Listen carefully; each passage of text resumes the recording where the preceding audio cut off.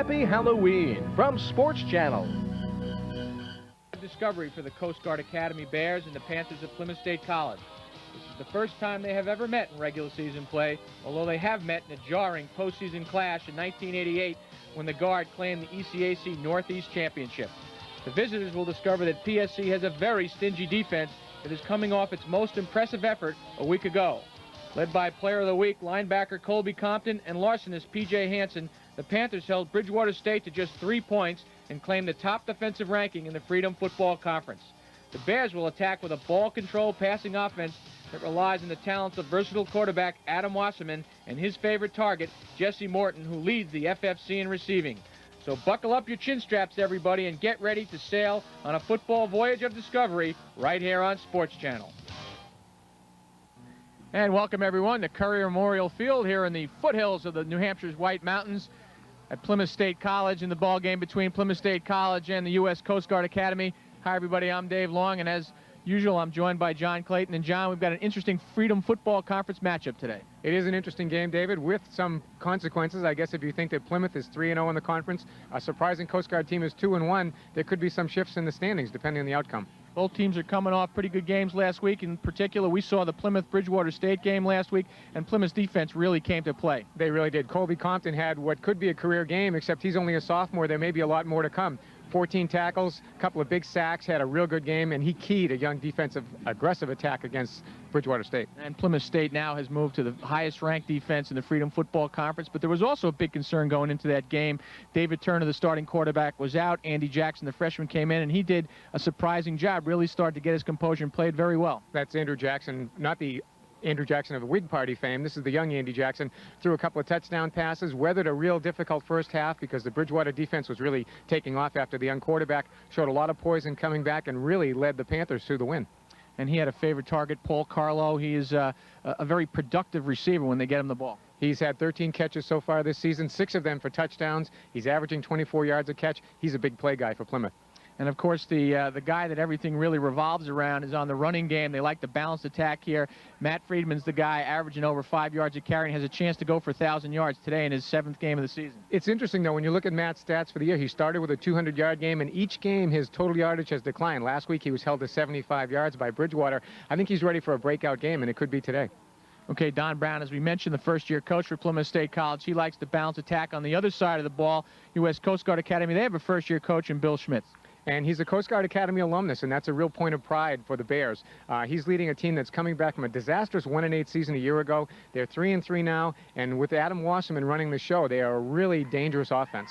Of course, they like the ball control passing game. His 2 leading receivers are out of the backfield, halfbacks. Jesse Morton, the leading receiver in the FFC. With 25 catches, he's averaging over 4 catches a game. Wasserman likes to put the ball in the air. He's already thrown for over 1,000 yards just 6 games into the season. They like to put it in the air, and they'll be testing that Plymouth secondary. And on the defensive side, they rely on the versatility leading tackler, Aaron Waters. Aaron Waters is the kind of linebacker you need to work the Coast Guard defense, but they also have some big guys up front. Mike Frendergo, 6'4", 235. If Andy Jackson's thinking about passing today, he's going to have to put the ball in the air over him. Okay, there you have it. The game time is just a few minutes away between U.S. Coast Guard Academy and Plymouth State College. We'll have it right after this break. Tri-State Megabucks is, of course, a game involving 3 states. You know the 3 states? New Hampshire, Vermont, and Massachusetts. What are the 3 states? Massachusetts, New Hampshire, and Vermont. I'm sorry. Massachusetts, Vermont. Yes, Vermont. Connecticut, Massachusetts, New Hampshire. Well, that's the worst No, I've heard Maine, so far. Vermont.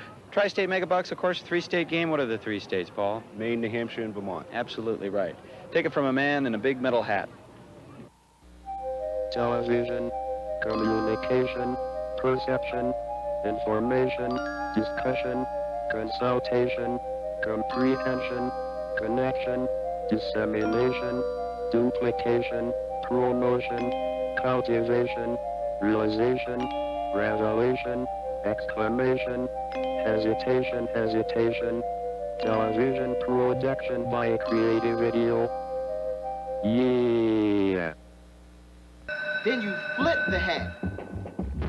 You're late and you got the wrong hat. Sit in the corner. No respect at all. Then you raise the hat. Hey, this thing's still alive.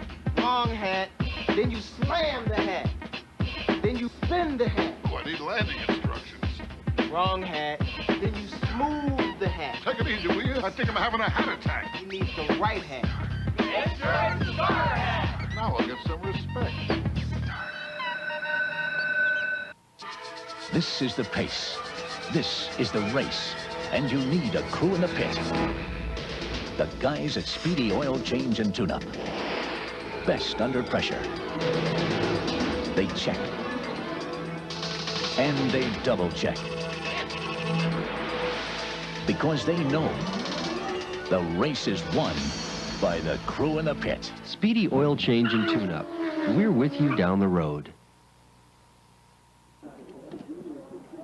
And welcome everyone back to Curry Memorial Field here in Plymouth State College, as we are just about set to take the opening kickoff. And John, these two teams have only met one time before, as we alluded to in the open, and hard-fought win in the ECAC. You think that means anything, that ECAC game? No one remains on that team. No one remains from that team. Obviously, both of them would like to get back into that kind of a game.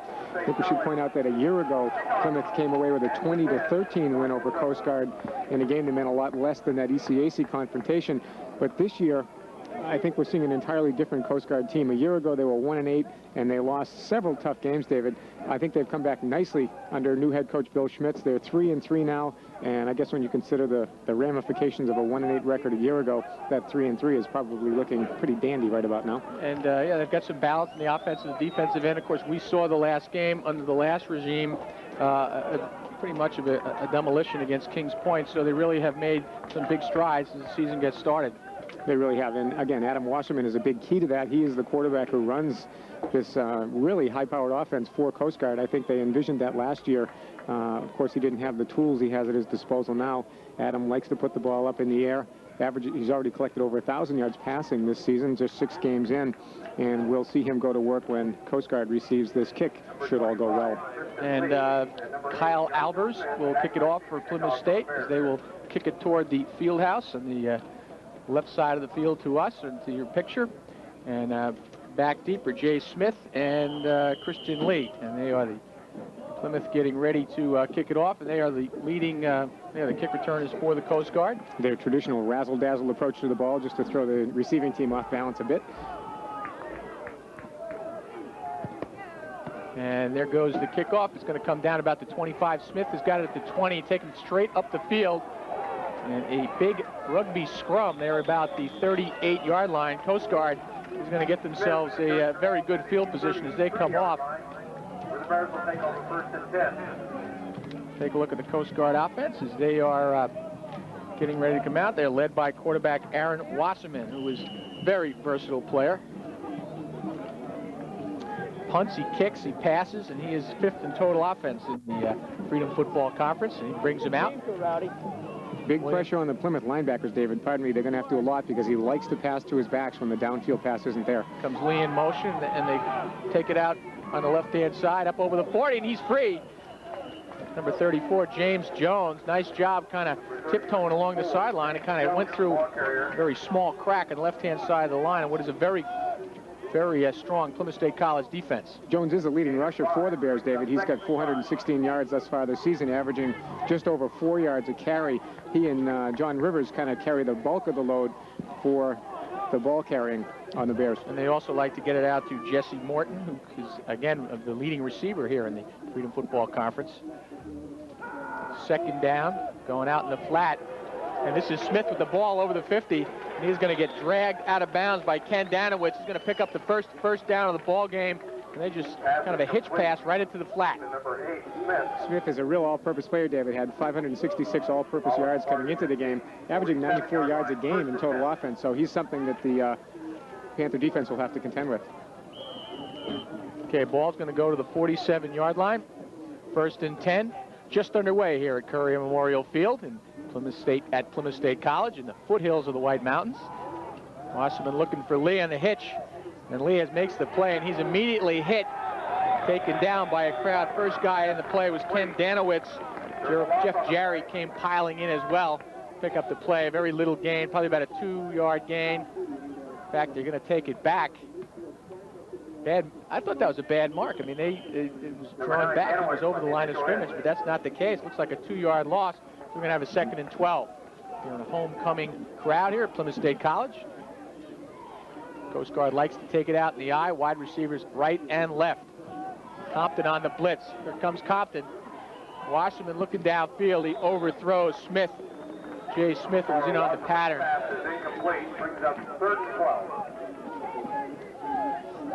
We're seeing some of that high-powered offense we talked about, David. Coast Guard really does like to push the ball down the field, and that Plymouth secondary isn't going to get a lot of time to warm up. Take another look here.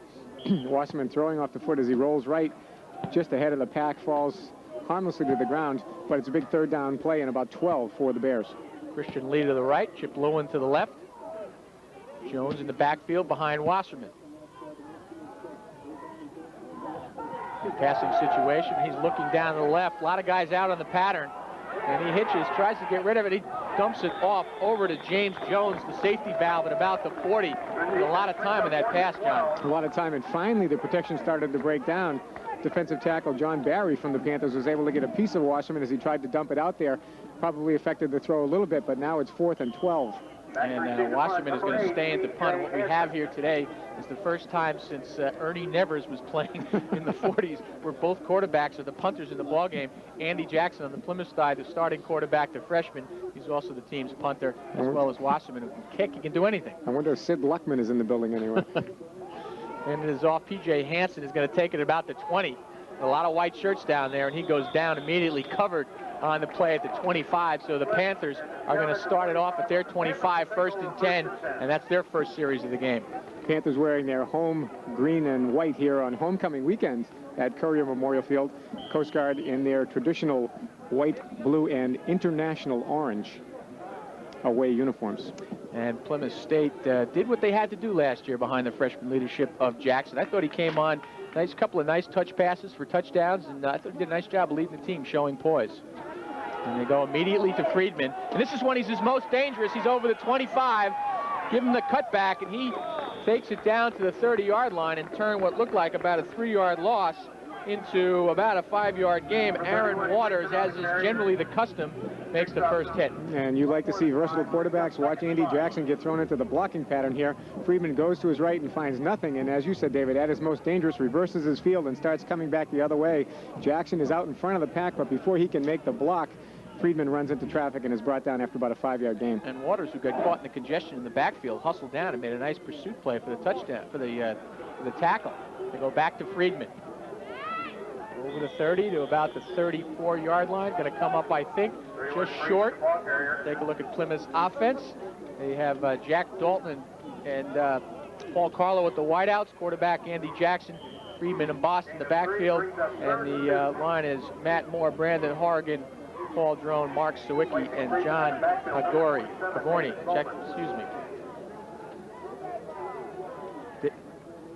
Friedman out of the ball game.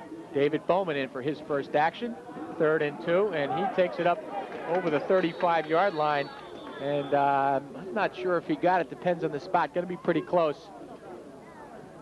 Aaron Waters once again in on the tackle. And Corey Carpenter again in the thick of things. We got a couple of linebackers here with that hard alliteration. See, as we take a look at the homecoming crowd here at Courier Memorial Field, we have Corey Carpenter on one side for the Bears and Colby Compton doing his job as a linebacker on the side for the Panthers. So we're going to be hearing a lot of hard C's today. Good thing they're not running backs. Colby Compton carries. Okay, Panthers pick up their first down of the ball game.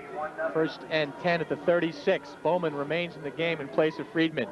Wideouts wide to the left. And they go back to Bowman.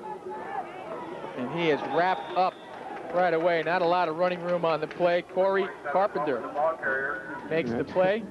There is the Coast Guard defense. They use the traditional 4-3-4 in the backfield. Clark, Como, Fraterelli, and Frender are the front guys. The linebackers, Corey Carpenter, Romaine Howell, and Aaron Waters on the strong side linebacker. O'Connor, Sawartney, Chase, and Dubois are in the defensive backfield. So they will combat it with the traditional, as we said, 4-3-4 defense. Jackson over center. No gain for Bowman on the last play. 2nd and 10.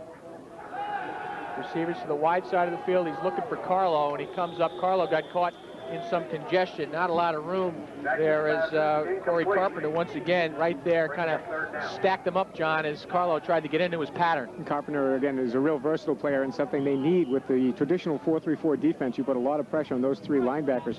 Carpenter and Aaron Waters do the job on the outside, and the man in the middle, Romaine Howell, will try and plug things up, whether it's Bowman or Friedman with the ball.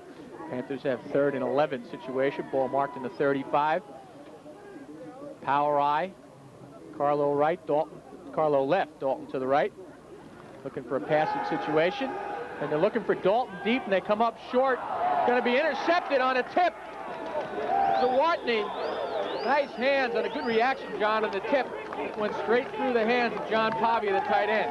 And good zip on the ball. I'd like to get another look at this one, David, because we watched Jackson roll to his right.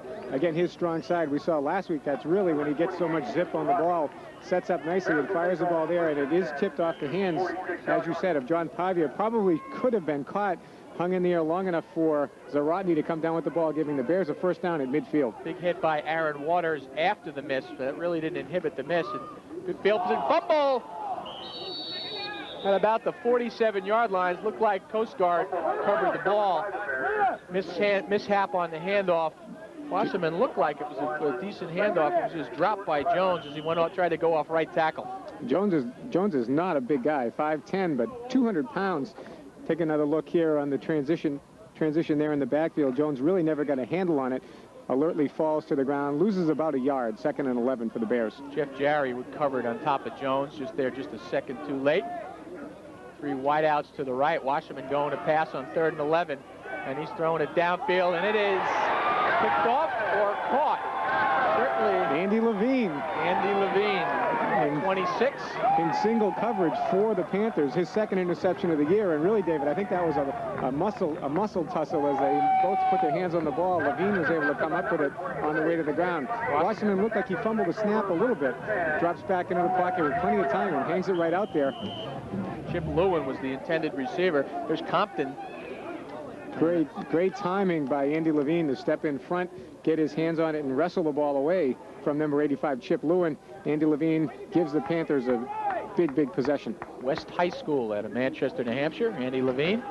And they go back to Bowman. Freeman stays out of the game. He is apparently injured. Bowman gets it out over the 35-yard line, or at least to the 35-yard line, a couple of yards gain. And Panthers will go at it for 2nd and 9. And a big chance now for Bowman. If Friedman is out of commission for any length of time whatsoever, he's still standing on the opposite sideline. Bowman got off to a slow start with an ankle injury and really hasn't been able to show what he's capable of with the Panthers yet. Bowman, the lone setback behind Jackson, 2nd and 9. Looks like he's got an audible. Got wideouts right and left, and he goes to Bowman, who cuts it back in. Not a lot of running room. Coast Guard did a nice job of shutting it down. And Bowman kind of slid sideways through to pick up the 1 yard. Romaine Howell, the middle linebacker, in on the tackle. Good point, David. It looked like he wanted to break it outside. Big defensive end, Mike Frender, 6'4", 235 pounds, turned it in. Back to Romaine Howell right there. Sophomore out of Daisytown, Pennsylvania, wearing number 36 for the Bears. 3rd down for the Panthers. Bob Boss comes back in the ball game. Bowman goes into the slot. 3 wideouts to the left. Jackson's looking to pass. He's looking for Pavia. Now he goes to the middle of Bowman and overthrows him at about the 35-yard line. Looks like Bowman had a step or two on the defense and gotten behind the zone, John. He did, David. I think Jackson may have felt a little bit of the pressure as the pocket started to collapse. He stepped up, just got a little bit too much zip on the ball. 4th and 8. He'll get a chance now to kick it away. And Jackson remains in the game. Jay Smith, the lone receiver in the punting formation at about the 30-yard line. And Smith returns at about 9 yards a carry, or 9 yards per time he handles the ball. Good boot by Jackson. It's about the 32-yard line. This is Smith right up the middle with some running room.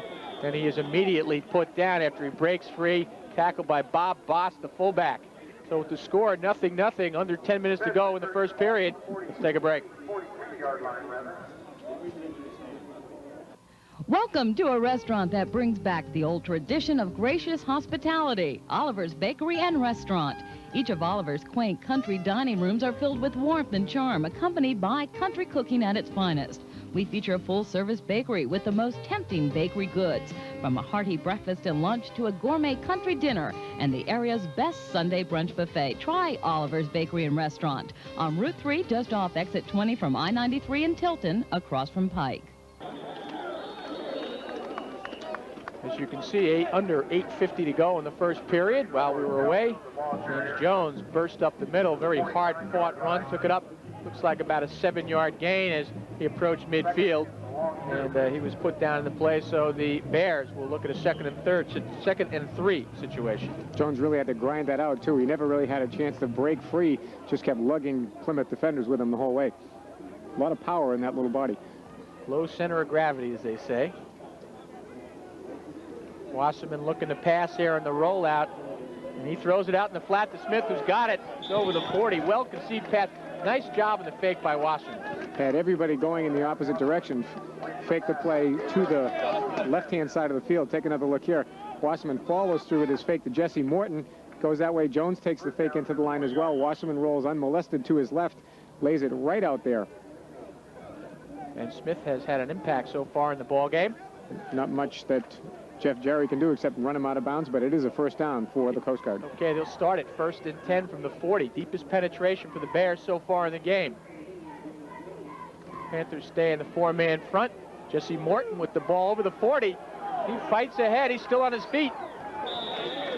And he broke 2 or 3 tackles on his way to going out of bounds. Toby Cloutier, John Morley, check that, in on the play, finally tracked it down as he came from his defensive end spot. Take another look here. Colby Compton coming in on the blitz, actually takes himself out of the play. Morton sees the jam up, breaks away from the line. First he avoids Toby Cloutier, and then I guess he takes Andy Levine for a short ride before he's finally tracked down by the defense. John Barry among those bringing him down. Nice elusive moves by Jesse Morton. And good pursuit by the front 4.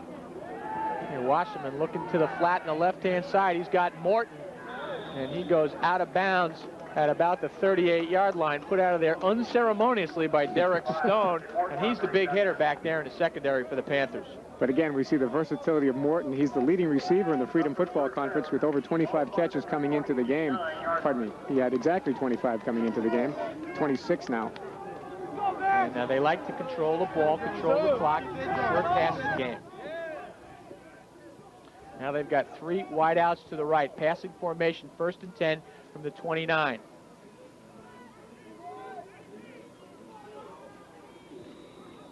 There's a fumble, but he recovers it. James Jones kind of passed it to himself as he went up over the 25-yard line. He got into the middle of the action and actually made a nice gain out of it. Jones and Wasserman having a little bit of difficulty with the transfer in the backfield, but Jones is able to pull the ball in as he moves into the line. Maybe Wasserman's going to have to bend over to make that handoff. Jones is listed at 5'10", but if he's 5'10", Dave, you're 6'8". And once again, Big John Barry in on the play. The Bears go to that wide right formation with Morton, Dinkelman, and Smith in the right-hand side. They go to the flat and the underpass to Morton, who's got a lot of room. And he takes it up to about the 12-yard line. Hanson and Stone again in on the hit. But they are throwing that under stuff. They're running people deep, John, and then throwing under and making nice yardage on the plays. Take another look here. Not getting much pressure from the Plymouth defensive line either. Wasserman with time is deadly. He lays it right out there for Morton again, who's downfield ahead of Derek Stone. Another first down for Coast Guard. And nothing fancy there. They're just lining up in the slot. He's just coming in underneath as they clear it out with the other wideouts. Now he's going to the left-hand side of the field, and he's got some pressure now. And there's a big play by John Barry. He takes him down at the 28-yard line, and that's going to be a 16-yard loss. Big play by Barry to take him out of easy touchdown range. Big play by Barry with help from John Morley. Both guys from the defensive front, I just finished saying, they weren't getting much in the way of pressure on Wasserman. This time they break through as he rolls to his left. Can't find any luck. Morley drives him one way, and there's Barry with a big hit. Heavy hit on Adam Wasserman, and that will give them second and about 25. There's Big John Barry. No, not the guy who held up the Celtics a year ago.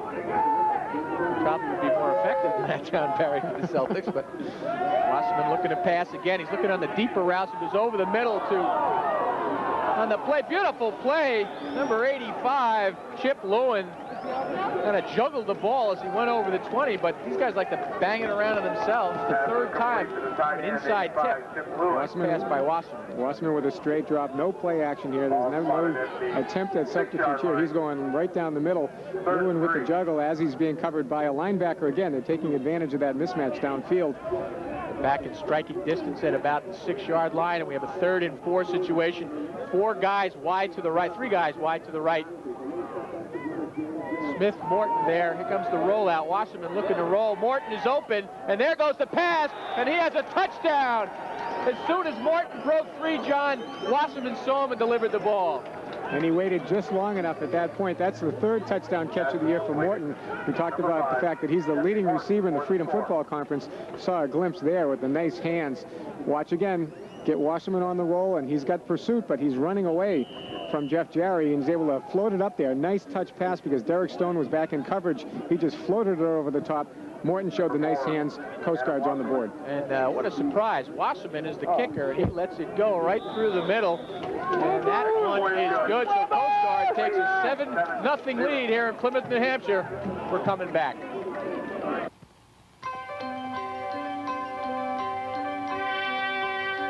Two roads diverged in a yellow wood, and sorry I could not travel both. And be one traveler, long I stood and looked down one as far as I could to where it bent in the undergrowth. Two roads diverged in a wood, and I took the one less traveled by, and that has made all the difference. Those lines are from the poem The Road Not Taken by Robert Frost, in which he talks about his choice to take another, less traveled road. Frost wrote and taught at Plymouth State College in Plymouth, New Hampshire, for one stretch of his long and illustrious life. Plymouth State College knows about those moments of choice, when you see the roads to your future diverging before you. I remember hearing about Plymouth my junior year in high school. I didn't want to go to a big university, but I was afraid of missing out on things. Coming to Plymouth was the best decision I could have made. There are a lot of different roads you can take, and many ways to take them. It's up to you to find the one that's best for you. At Plymouth, the road can be fast and exciting.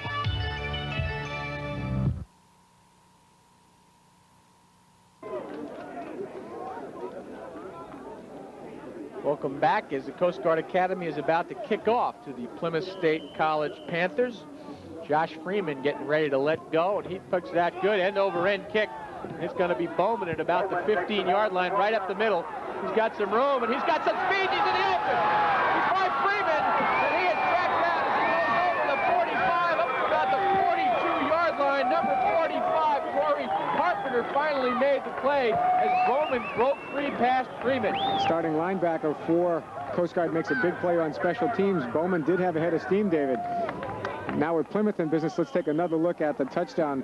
A different sideline angle this time as Wasserman rolls to his right, able to look downfield again. He's eluding Jarry and just floats it downfield. Nice touch pass over Derek Stone, who was beaten deep into the end zone for the score. Okay, Bowman stays in the game for Freeman, and he's up over the 40, and he cuts it ahead to about the 35. It looked like he was going down. It just jumped out of the pack, and the official was hit and is down very hard, drilled hole in the side of his face. Saw the whiplash effect as he went down. Both feet were pinned, and he fell right down. This is important, David. Let's take another look here. Bowman, with the good second effort, is able to burst into the secondary, and it's that secondary effort that catches the referee unaware as the pursuit comes over and knocks him down. This is significant because before the game, we lost the umpire with a knee injury, and we're playing the game with 4 officials instead of the customary 5 that would call a game under ECAC regulations. Okay, with the official down on the field, we'll take a break.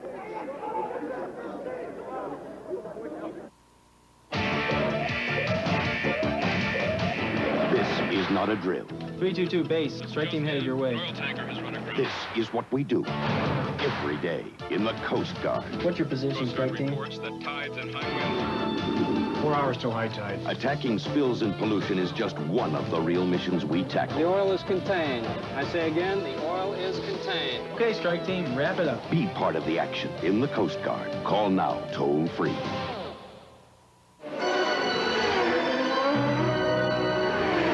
average Grand Prix lasts but a few hours, unless it's a Grand Prix started with a genuine Delco Freedom battery. Delco's rated tops for taking the pole position in starting power and excelling in reserve capacity. Helps keep your engine in the race for a longer, more reliable life. AC Delco. It's like buying time. Now through December 4th, get started with up to $14 cash back on Delco Freedom batteries. Ready? Yeah. This quality time was made possible by GMAC. With financing and leasing that can be arranged for your new GM vehicle fast, right at the dealership. Because GMAC believes you should be out enjoying your new car instead of waiting for it to be financed. Well, what'd you think? Can we go again? GMAC, the expressway home. Ready? Yeah. Okay, we're ready for play. 2nd and 3 after the nice run by Bowman. Official is, thankfully, there he is in the middle of the field, back in the game. And they go back to Bowman. It's over the 35, and he spins to the 30-yard line, picks up the first down, a nice 6-yard run. And David Bowman, for the first time, has got some room to run. He's in the ball game because Matt Friedman has injured his finger and is giving way to Mr. Bowman. First down. This is the deepest penetration for the Panthers. Made it to the 30-yard line. 1st and 10. About a little under 5 minutes to go here in the first period in a game where the Bears from Coast Guard lead 7-0. And here goes Jackson, single setback. They go to Bowman. Now he's looking to pass, looking deep to Carlo, who's got a step, and it is incomplete. Nice job on the defensive end. Number 28, Jim Zawatny, makes the play. He really kind of closed Carlo out of the play, John. Zawatny coming up big here today at the homecoming game for the Panthers. Nice touch pass by Jackson, maybe a little bit short. Looked like he had Carlo open. Carlo's his big play guy. Zawatny right there. Nice camera work, able to knock the ball away and take away a possible touchdown. Of course, Carlo has 13 catches on the season, but 6 of those have gone for touchdown. He's the big play guy. 2nd down and 10 from the 30-yard line. Power I. Bost up front. Bowman deep. They go to Bowman. He's got some room. He's over the 25 to about the 24, and then he gets hammered underneath. Kenny O'Connor on the tackle for Coast Guard. Klopson also went on the play for the deep secondary, number 21. We talked about the size of some of the Bear defenders. Kenny O'Connor would not fit into that category. A mere 5'7" and 170 pounds. One of the lightweights out there. Those guys always stick you, though. They have a way of doing that to you, don't they? Okay, 3rd and 5. They've got Bowman down the slot. 3 wideouts to the wide side of the field, and they're looking for Carlo again underneath the Bowman, who makes a nice catch, a diving catch at the 20. He might be just short. Depends where the cliche of the day, where the spot is placed, but Bowman had to stretch out and get that one, John. Bowman with a real nice effort, David, because he knew he had to run his route over the 20-yard line to come up with first down yardage. The pass is thrown on the diagonal, has to bring him back. He had a little bit of room. Jackson threw it behind him. That will leave him short of the first down with the mark outside the 20, 4th and 1 for the Panthers. 4th and 1. Bob Bost play comes in. Blocking back comes in off the play. Kevin Hutchins is the up man. They're going to go right to Bowman, who takes it up over. Hurdles.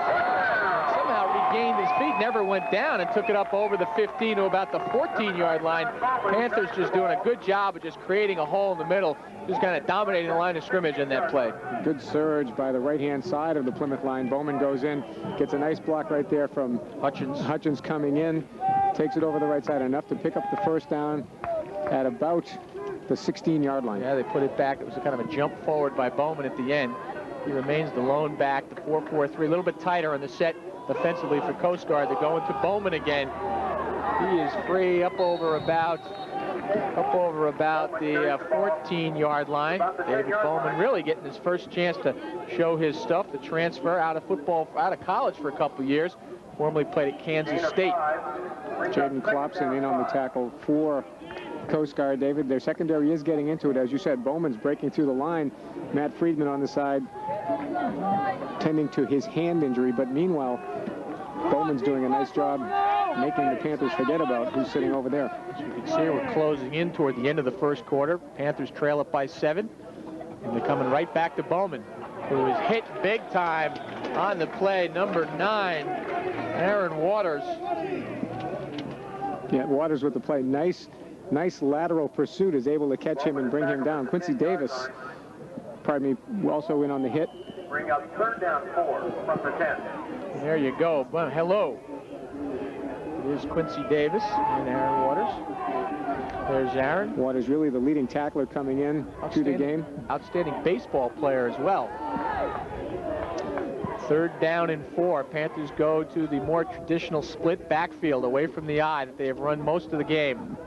Carlo and Dalton left. They're looking for Dalton on the underpass. In and out of his hands and right back over the top as Rawatney, who was right there. A nice defensive play by Klopson as well, as he was hanging all over Dalton, who just couldn't quite stretch out enough to grab that one. And Andy Jackson really showed the gun on that one, put a lot of zip on the pass, just slipped through the hands, wasn't able to come up with it. Decision for Don Brown and his staff at 4th and 4.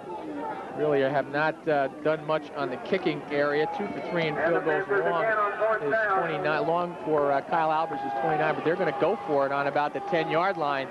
And once again into the passing set, 2 tight ends in the game, 2 wideouts to the left. Jackson, same pattern. They're looking for Dalton underneath, and he's got it at about the 6th. I'm not sure he's going to get it. He fights ahead to the 5, and it is going to be very close again. Dalton on the second effort might have done it. Same pattern as the play before that. Take another look again. Jackson drops into the pocket. He gets a lot of pressure coming from his left-hand side. Number 48's right in there on him, but he's able to zip the pass in. It looks like he may give up the yardage here, David. He gets a little bit of a help there from number 61, Mark Sawicki. Help force the ball forward. Again, we'll wait and see where the spot is as they measure. Take a look at the measurement. Big measurement here. That was a 4th down play, 1:26 remaining in the first quarter. And Panthers want to make a statement, but they did not get it. They're going to come up short half a yard. There it is. Kurt Clark, incidentally, was the pressure from the outside as he put the pressure on Jackson when he got rid of it. Dalton made the catch but could not push it far enough ahead. So the ball goes over on downs as Adam Wasserman takes his Bear offensive unit back on the field. Could be indicative of a lack of confidence in the place-kicking game on the part of Don Brown, opting to go for the first down inside the 10. He comes up short, however, and now Wasserman will set up shop at about the 6-yard line. And they have Jones in the backfield, and they go to Jones, and he is... John Morley says hello to him at about the 6-yard line or so, jars him back. Jones sandwiched there a couple of times, bounced off a few players, and we talked earlier about how he's built low to the ground, took advantage of that low center of gravity, but John Morley put a stop to that brief jaunt. Here comes Jay Smith out to the right. He will be the wide out there. And for the first action in the ball game, Todd Barton is in on the right hand and on the left hand side. Single setback is Jones. Wasserman on the draw, eludes one tackler and then goes under. Jason Friedman from his right defensive end made the tackle as we close in on the end of the first quarter. 36 seconds to go, as you can see. That'll bring up a 3rd and 9 situation. As they've got to be careful with this possession here, John. Of course, they have Wasserman. If they're going to pass, they got the rollout, where he's got the option to run the ball. Don Tappan did a nice job staying at home on that last play, pulling Jones down. So now with 3rd and about 9, we'll see what Adam Wasserman has in his bag of tricks. I'm thinking rollout. Don Tappan changed his name this week. Last week we called him Dan for the whole game. Wasserman looking deep on the rollout. He throws underneath, and it's in and out of the hands. Not really a shot at a John Rivers coming out of the backfield. Didn't get it. Would have been short of the first down anyway. So the Bears are going to have to turn it over and punt deep in Panther territory. And Panthers, even by going for it, are going to kind of, unless something odd happens or a tremendous punt gets off, they're going to have pretty good field position turning it over. Jason Friedman with real good pursuit for the Plymouth defense forced Wasserman to make that pass. It was more of a dump than anything else, but still put it on the hands of the receiver. E.J. Hansen, the deep man, he stands back at about the 42-yard line. Pressure is on Wasserman, who of course has the ability to throw out of here, but I doubt it. Big pressure. He gets it away, though. Hansen calls for a fair catch and makes the catch at the 35-yard line. That is also the end of the first quarter. Coast Guard leads Plymouth State 7-0. Tri-State Megabucks is, of course, a game involving 3 states. You know the 3 states. New Hampshire, Vermont, and Massachusetts. What are the 3 states? Massachusetts, New Hampshire, and Vermont. I'm sorry. Massachusetts, Vermont. Yes, Vermont. Connecticut, Massachusetts, New Hampshire. Well, that's the worst No, I've heard Maine, so far. Vermont. Tri-State Megabucks, of course, 3-state game. What are the 3 states, Paul? Maine, New Hampshire, and Vermont. Absolutely right. Take it from a man in a big metal hat. When it comes to drugs, kids say the darndest things. I think there are some parents out there who could care less what their kids do. My mother sometimes just doesn't understand. I don't think they want to know that their kids are the wrong crowd. I know the parents say that they've been through it, but I really don't think that they went through it as much as we do. Don't wait until you think there's a problem. Talk with your kids before the problem starts. Find out how they feel about drugs and listen to what they have to say. As parents, it's up to us. Very special young ladies today. There you have a shot from the end zone of the field house at Plymouth State College as we get ready to begin the second quarter. And if we take a look back in the assessment, John, the story so far for Coast Guard is the passing and the maneuverability of Adam Wasserman. And we knew that coming in. Again, the passing leader in the Freedom Football Conference, gone over the 1,000-yard mark. Looks like he may be shooting for 2,000 before the day's over. And Jackson has him up over center, 1st and 10 from the 35. They go right to Bowman, who is drilled, double-teamed on the play. Second hit was by number 45, Corey Carpenter, and I'm not sure who low-bridged him and stood him up. But it was like a setup. They held him there, and Carpenter put him away. Defensive tackle Walt Horn is in the game for the Bears, and I think he's the one who delivered that initial hit. Set up Bowman, who got his bell rung. He's back in there. Good penetration on the front line to push Bowman back. Okay, it's going to be a 2nd and 2-yard loss, so we're looking at 2nd and 12. Carlo is way right, Dalton to the way left, Dalton to the right. And this is Boss. Doesn't have a lot of running room on the play. Richard Como, one of the players in there on the tackle, number 94.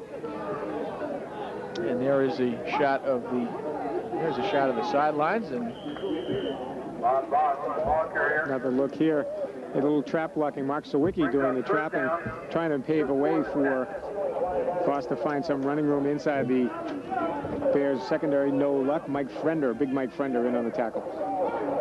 Got a 3rd down and 11 situation. Friedman is back in the ball game. Here comes the screen to Friedman, who's got some room. After a great block, Friedman is free. Matt Moore, the tackle, took down the front line of the defense on the left-hand side. Looked like Friedman had a little bit more room. He picks up about 6 yards, but Johnny looked like he had some more room there. It looked like he had a little more room, but there was not a lot of room for Andy Jackson. Mike Frender coming in with heavy pressure, but he's able to dump it out there. Friedman just back in the game after sitting out with a hand injury, taking it downfield, looking for a place to go. Hit and brought down by Walt Horn again in the pursuit. And that was Carpenter that was taken down out in the flat by Moore, and the nice block and the pull.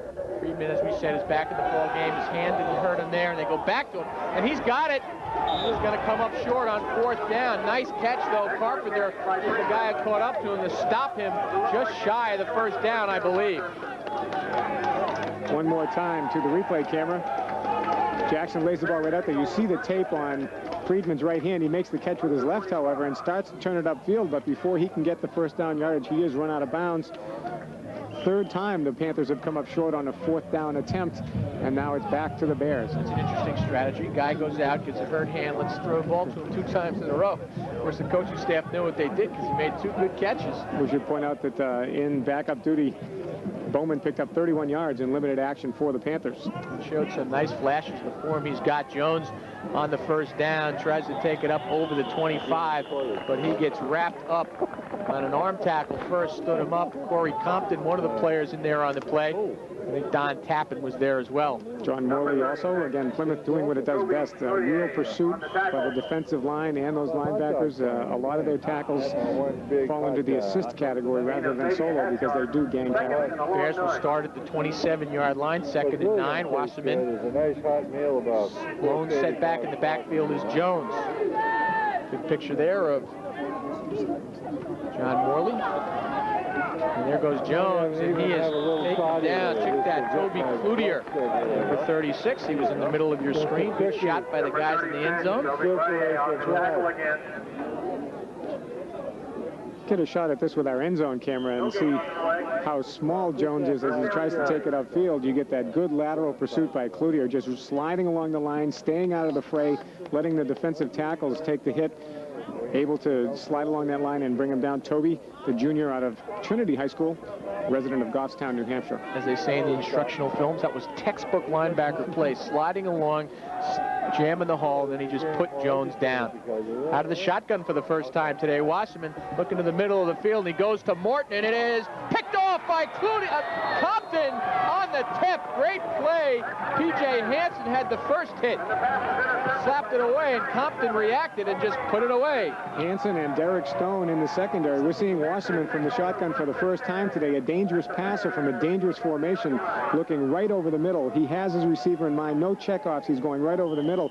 Derek Stone reads that, steps in front, knocks the ball away with Hansen covering the back, and while it hangs in the air, Colby Compton, who had the big game last week, the ECAC Defensive Player of the Week last week, comes up with the interception. You know, John, there's a good shot at Colby, formerly of Dynasty.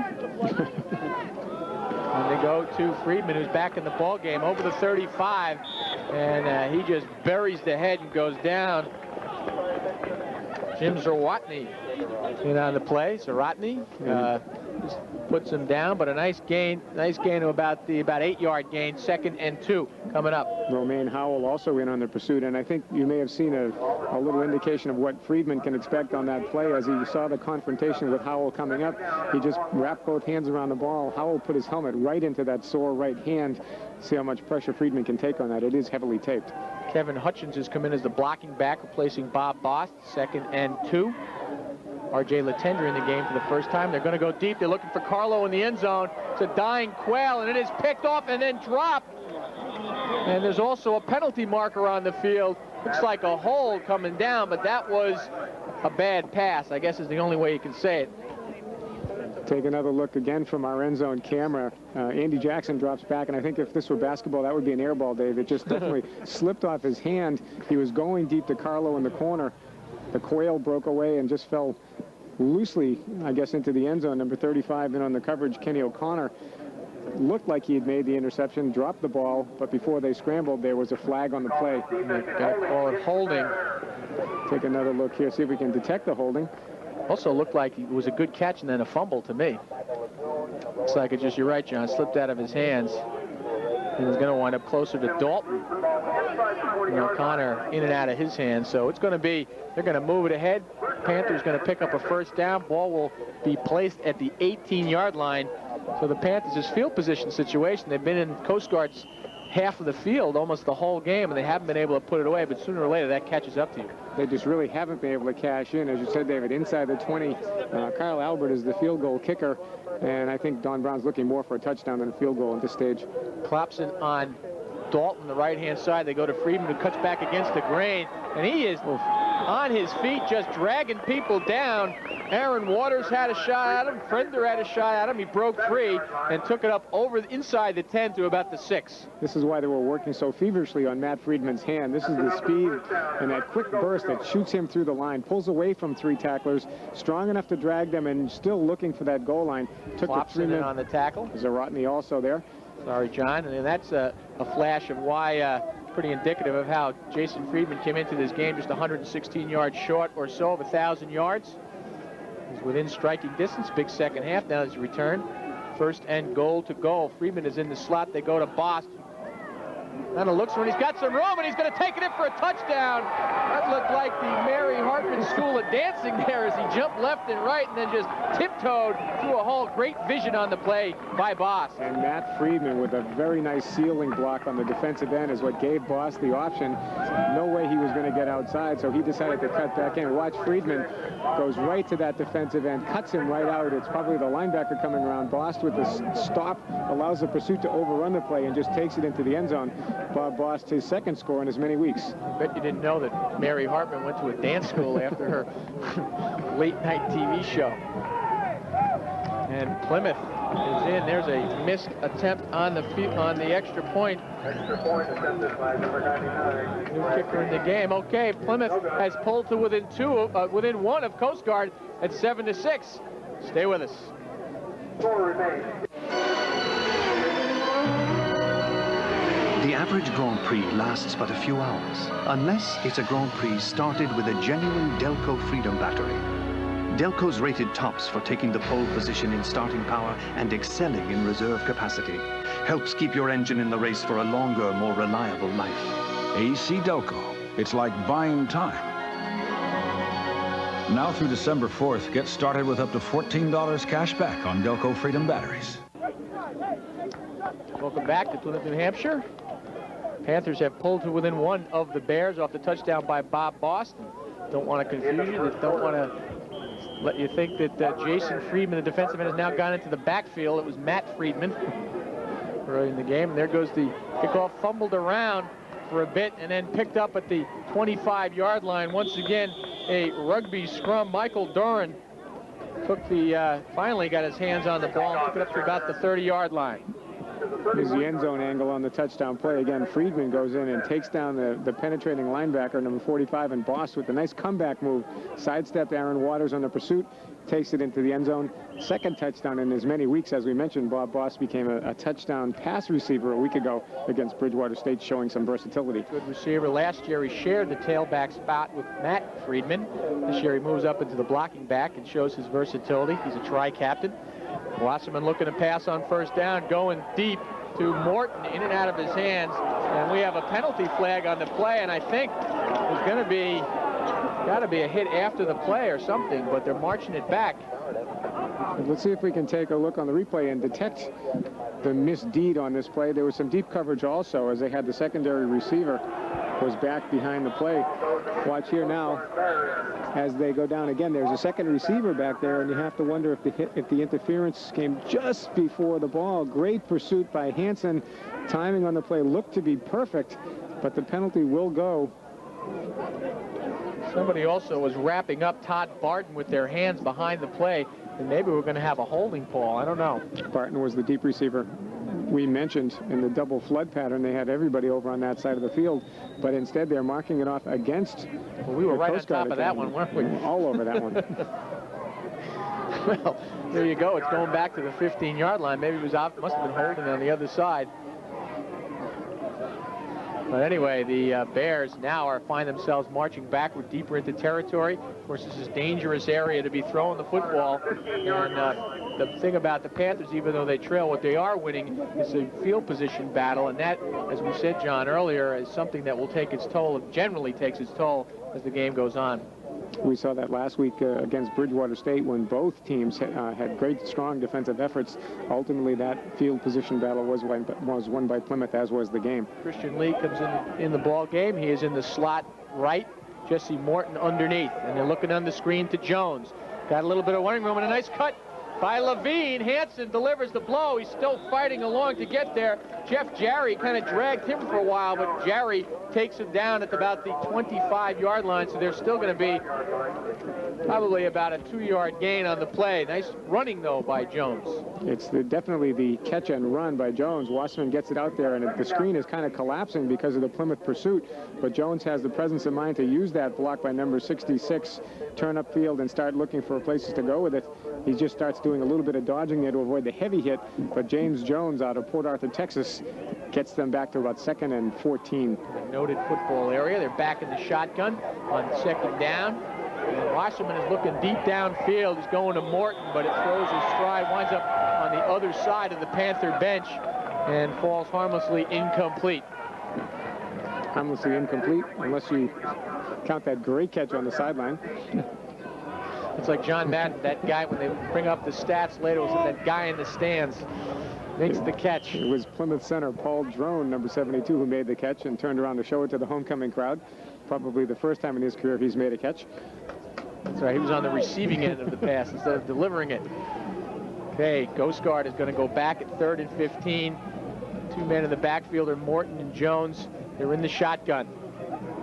Dinkelman was left, and there they go to the draw again to Jones, who's got some room, and they're closed very quickly Jarry in on the play on the defense. Cloutier was there as well, and Compton came flying down from the back.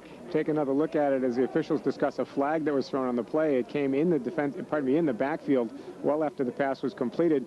But Wasserman gets it out to Jones, who has some isolation and some moves. He's got Toby Cloutier upfield, and he just starts his little dance and almost gets Cloutier in over pursuit.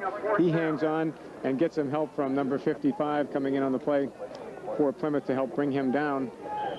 But now they're discussing the penalty. And apparently the official has picked up the flag. 4th and 11. First time we've seen Adam Hawks in the game, number 55. Kind of like a super sub linebacker. And Wasserman is back to punt.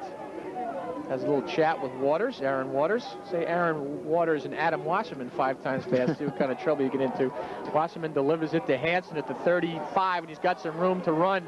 And they close quickly up over the 45, approaches midfield. And he did a nice job of kind of weaving through traffic. Michael Moyers in on the play, as well as Chris Connolly. Able to elude Walt Horn, who was the first defender downfield. Take another look here. Hansen starts upfield, and Horn's leading the charge, but this little juke to the left leaves Horn grasping at air. He breaks another tackle there and just cuts it upfield before he runs into the jam. Nice return by Hansen, but again, there was a flag on the play, and it looks like it's going against Plymouth. Panthers had 10 men on the line of scrimmage, so Hansen was out there naked. I think that's how Chuck Yeager got his start, learning how to face danger. He was a punt returner just on teams that had 10 men up in the line of scrimmage and said, okay, hey, come and get me. Hansen kind of dodged a couple guys with a nice run back, but unfortunately it is negated by a penalty, and it is taken back to Panthers are going to start at about the 32-yard line. 8:30 remaining here in the second period. Coast Guard leads Plymouth State by 1. Friedman back in the game. Boss the up back. Coast Guard goes with 4 linebackers, 4 deep, 4 linemen, and 3 deep. Change the defense a little bit. And they're looking to pass. Good pressure on. Jackson breaks out of the pack, and he is thrown down. Number 51, Walt Horn, back there again, and after coming in and not starting the ball game, John, Walt Horn has made an impact. And Walt Horn looked like he was throwing in the towel there after he threw Andy Jackson to the ground. Jackson wearing the towel tucked into his waistband to help keep his hands dry. It's not raining here, but it's clammy. I guess that's probably the best way to describe the weather in Plymouth most days of the year. Cold and clammy. I'm just happy it's not snowing. I thought it was going to snow earlier, but Homecoming held off. Friedman with the carry. He is, again, cutting against the grain is where he is at his best. Takes it up over the 35 to about the 36 or 7. Klopson in one of the guys in on the play. Along with Corey Carpenter. Take another look here. Friedman again looking for all the world like he hasn't had any problems physically, taking it around the corner, and that's where he runs into Carpenter and others as they were able to pull him down, but it's 3rd and about 5. Another big play for them. Jaden Klopson from Newman, California. Coast Guard, of course, drawing from all over the United States. Split backfield, the multiple set. Carlo wide right. Dalton is to the left. They throw out in the flat to Friedman. He's over the 40 with all kinds of room. And then it closes very quickly. Klopson in on the tackle. O'Connor there as well. And they shove Friedman out about the 46-yard line. 1st and 10 for the Panthers. And in the space of 3 short weeks, David, we've seen Andy Jackson bloom. That little pump fake right there was what allowed Friedman to step free of the linebacker who penetrated. Friedman takes the ball in stride down the sidelines. Big first down and a nice fake by quarterback Andy Jackson. Now Bowman replaces Friedman at 31 yards, and there's two or three opportunities in the first half when he's in for series. He goes up over the 45-yard line, about the 43. Not a lot of room, but he squirted through for a couple. And Bowman just has that elusive quality that really complements Matt Friedman. They're not dissimilar, I guess, David, if you were to talk about their running styles. Gives the Panthers a nice 1-2 punch in that tailback spot. Bowman a little stronger body, and Friedman more of the cutback guy. Read them and try and cut against the pursuit. Bowman stays in the game. Nice problem for a coach to have too deep at the tailback position. And we have a little option here. Jackson and Bowman. And he has run out of bounds. Corey Carpenter is there. And he gets it up to midfield just about. And that's going to set the 3rd down situation, 3rd and 5. Nice little wrinkle put into the offense by the Panthers here. You see Jackson, who we have not seen run the ball often, taking it down the sideline, giving it to Bowman. He doesn't have a lot of room because the pursuit was pretty good. And there's Carpenter to force him out of bounds, leaving the Panthers with 3rd and 4.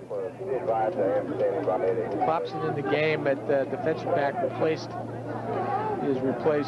Tim Chase. We have Chris Chase. Sorry.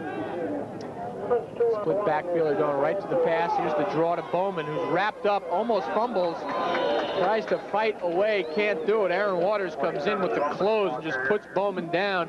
Bowman's lucky he didn't fumble on that one, John. Adam Waters with the close, and Walt Horn with that initial penetration. Horn is the one who we mentioned earlier playing so well for the Bears defense. He was able to make the penetration and wrap up Bowman a little bit in the backfield, but it was Waters who brought him down. Waters, the leading tackler for the Bears, had 49 tackles coming in. There's a good shot of the freshman quarterback punter, Andy Jackson, out of Rochester, New Hampshire, Spalding High School. And he gets away, a beautiful kick. Going to go over the head of Jay Smith, who makes a great catch at the 10. And he goes down at the 15-yard line. The Bears will take over there. We're coming back. 15-yard line for the Bears. Plymouth is diverse studies, but it's one spirit. Participation, enthusiasm, putting together the program that's right for you, that helps put you on the road you want to take. By some people's standards, 3,000 is a small college. By ours, Plymouth is one big family. That spirit filters into every part of campus life.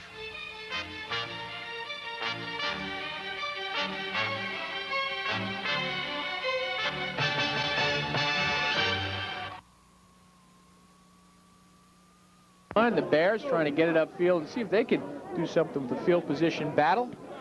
Not much of a gain. The ball goes to about the 17, so we're going to have a second. Actually, at the 16, we're going to have a second and, well, now it goes to the 18, second and 8 situation. Nice adjustment by the Plymouth defense. After that first couple of series, it looked like the Bears are going to be able to march up and down the field on them, but they've taken away that little short jog out that Jesse Morton was running earlier, and it's really forced them to grind it out on the offense. Going to the break before we could say what a great catch that was by Jay Smith off the 41-yard punt by Jackson.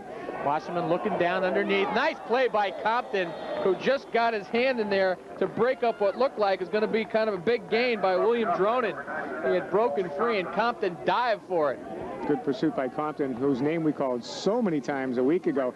Never look here. Wasserman's going to be icing his arm down after the game today. Nice fake into the line again and rolls to his right. That's his strong side. And he's got Dronin coming across, but Colby Compton right there, just enough reach to tip it away. What they used to call a boarding house reach back in the 30s. Colby Compton wouldn't know that. He's only a sophomore. What do they call it now? Okay, 3rd down and 8. Smith in the game, Dinkelman right, and Morton in the slot. 3 guys to the right hand, the wide side of the field, and they go to Jones on the reverse. And Smith has got some room. There's a great block off of Compton. He's got the 1st down. He goes out of bounds. Hansen runs him out. Colby Compton was drilled on the cutback block. Beautiful play by Coast Guard. Nice call. We have someone down in the field in the backfield. Looks like Don Tappan. Take another look here. Again, a real nice play, and they've set this up by using Wasserman on the rollout. Jones takes the ball into the line and cuts it back and gives it to Smith, who is almost getting away. And there's the crushing block by number 72, Timothy Roberts. There's another one. And Smith is taking it up the sideline, but it's Hansen who's able to knock him out of bounds, but it was definitely a crushing blow. Don Tappan among those who got taken down on the second hit, but right now they're on the field tending to Jason Friedman, who was completely extended when he took that crushing block by Roberts. And he is getting up. There he is. Like you got to run off. Never let him know you're hurt. That's right. He was just resting. Just make sure you're not losing body parts as you trot to the sideline. Really, never let them know you're hurt. Okay, he follows that philosophy. Big play by the Bears. Get themselves out of a hole. They're up to about the 32, 31-yard line. And nice call by the coaching staff as they kind of fool Plymouth on that double reverse, or the reverse. Jones to Smith on the handoff, and they go back to Jones. Takes it up over the 35-yard line, fights ahead. Toby Cloutier One of the first guys to say hello, and he got dragged for a yard or two. Jeff Jarry there as well. Jones is really the workhorse for the Coast Guard Academy here today, David. He's had just about every ground carry. They used Morton once and Smith a couple of times, but for the most part, it's either been Wasserman's passing or Jones on the ground. So he picked up 5 in the play, 2nd and 5. Smith and Dinkelman to the right. Morton and Jones in the backfield. Closing in on 4 minutes here in the second period. Bears lead the Panthers by 1. Toby Cloutier says hello for about the 33-yard line for about, it looks like about a 3-yard loss. It's going to go to 3rd and 8. Good penetration by the Plymouth State defense here before Jones really gets the ball wrapped up. He's greeted rudely by Toby Cloutier, and Chris Healy comes in to help him finish off the play, as does number 35, Jeff Jarry. 3 guys in on the play for the Panthers. Again, we talked about their propensity for gang tackling and saw it right there. Big hitters at the linebacker spots for the Panthers. Cloutier, Jarry, and Compton. So again, the wide side of the field has 3 receivers. Wasserman's going to go down. He goes low to Morton. Has been successful. He's got a lot of time. Throws it deep out of bounds. There's a penalty flag on the play in that backfield. Generally an area where you get a holding call. And really forced them into it. Wasserman taking advantage of the wide side of the field. Really had sprung out the pursuit. His offensive line, really not much choice as he headed for the sideline. Someone wrapped somebody up there. There will be an offensive holding penalty against the Bears. They were looking at a 3rd and about 9. P.J. Hansen there on the coverage. He kind of forced the pass to go out of bounds or to throw it wide right. Not a lot of room to turn it up and get something in on the sideline. Panthers, John, have made some nice adjustments in the passing game after that first touchdown drive by the Bears, who really were clearing out the side and throwing underneath.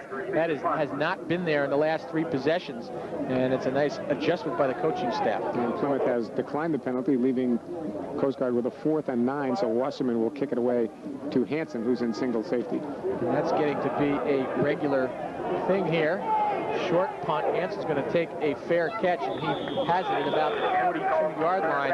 So the Panthers not starting out in their accustomed spot inside the 50, but the 42-yard line still is not bad field position. Hansen, again, making the fair catch. Not a bad decision. To take a look at scenic Plymouth, New Hampshire. Again, we mentioned that this is homecoming weekend. Always a cause for celebration. The men's soccer team is highly ranked in New England. They were in action against Wheaton College on one field. There was a field hockey game going on elsewhere in the complex. This is a busy place today. And that is Mount Stinson out there in the background. Stinson Mountain, I should say. Andy Jackson pitches to Friedman, who pushes ahead up to probably for about a 2-yard gain. Not a lot of room. Nice job stacking it up by the right-hand side of the Coast Guard defense. And we've mentioned it earlier, Dave, we have seen a subtle shift as we take a peek in there on the defensive the offensive huddle on the sidelines for Coast Guard Academy. Plymouth has really altered the balance here. Early on, it was all Coast Guard, and it looked like it was going to be a field day for Adam Wasserman. They've made some nice adjustments, and now they seem to be in the driver's seat. Closing in on halftime, 2:41 left in the first half. Go back to Friedman, same spot, same result. Probably a 2-yard gain or so as he takes it up over the 46-yard line. A familiar name, Corey Carpenter, in on the stop. I should point out when I say that Plymouth is in the driver's seat, I mean that only in terms of possession and momentum. Of course, Coast Guard still ahead 7-6 on the scoreboard. And of course, when we go to the second half, a lot of that changes. So the Panthers really have to do something. Take advantage of this. They've only got 1 touchdown, but they have had the field position edge throughout the ball game. They're going with 3 wideouts here on the right-hand side, 3rd and 6. Boss, the lone setback. Jackson looking over the middle, and he has got Friedman open at the 25, and he is dragged down by Waters and Carpenter. The linebacker dropped deep into the coverage, but Friedman shows that he can catch it as he circled out of the backfield and took it up to about the 15-yard line. Nice pass by Jackson. Carpenters and Waters do have some speed, but they don't have the speed to match Matt Friedman. He takes his pass right over the middle in perfect stride and just had to hold up for 1 second. Just outruns both guys. Flat speed, nothing else. First down in great position for Plymouth. David Turner, when he went down, the team was very worried. Inexperienced Jackson. He has, as you said, John, really come on. Here goes Bowman with some room up over the 10-yard line. Check that, the 15-yard line. Not much of a gain, probably about a 2 or 3 yard gain. Panthers are going to take a timeout with 1:30 to go in the 1:30 to go here in the first half. Panthers within striking distance. Good timeout for the Panthers. Jackson wisely looked downfield, looked quickly to the coaching staff to see if they wanted to burn a timeout. They are probably at about the 13-yard line, and they haven't had great success, you know, in the so-called red zone, David. They may need a few plays to get it in. They haven't shown a lot of faith in the kicking game, although Kyle Albert's 2 for 3 in field goal attempts thus far this season, but I think Don Brown, again, is looking for a touchdown. Of course, they did throw a curve at us last time on the extra point. They sent in Brad Beatty to kick, and you didn't even know he was on the team. Looking down at the kickers, but anyway, Brad Beatty came in. He missed the extra point. And Panthers are going to start it. They're coming out of the timeout. There's a good shot of Adam Wasserman, quarterback, versatile. I think he drove the team bus here, too. He kicks, he plays kicks, he passes.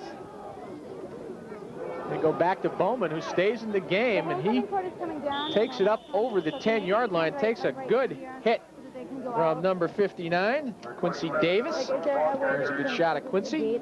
Nice play by Davis, and also a wise move by Bowman. He had number 73, Matt Moore, out there in front of him.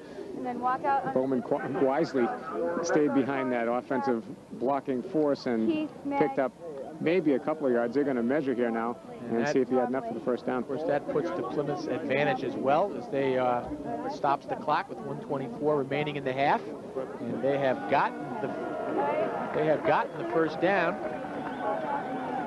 Clock stops as they get it set, so it is inside the 10-yard line at about the 8-yard line, and they have a first and goal to goal. So we're going to close out the first half. Little action. And Friedman is back in the game for Bowman. Showing a little bit more willingness to shuttle the backs in and out, keep them both fresh. Friedman has it. He falls down at the 10. Thought he had some running room, but really was wrapped up as soon as he got into the action. But he fell down at the 10 as the clock continues to roll along. Second down and goal to goal. Now the Panthers take a timeout.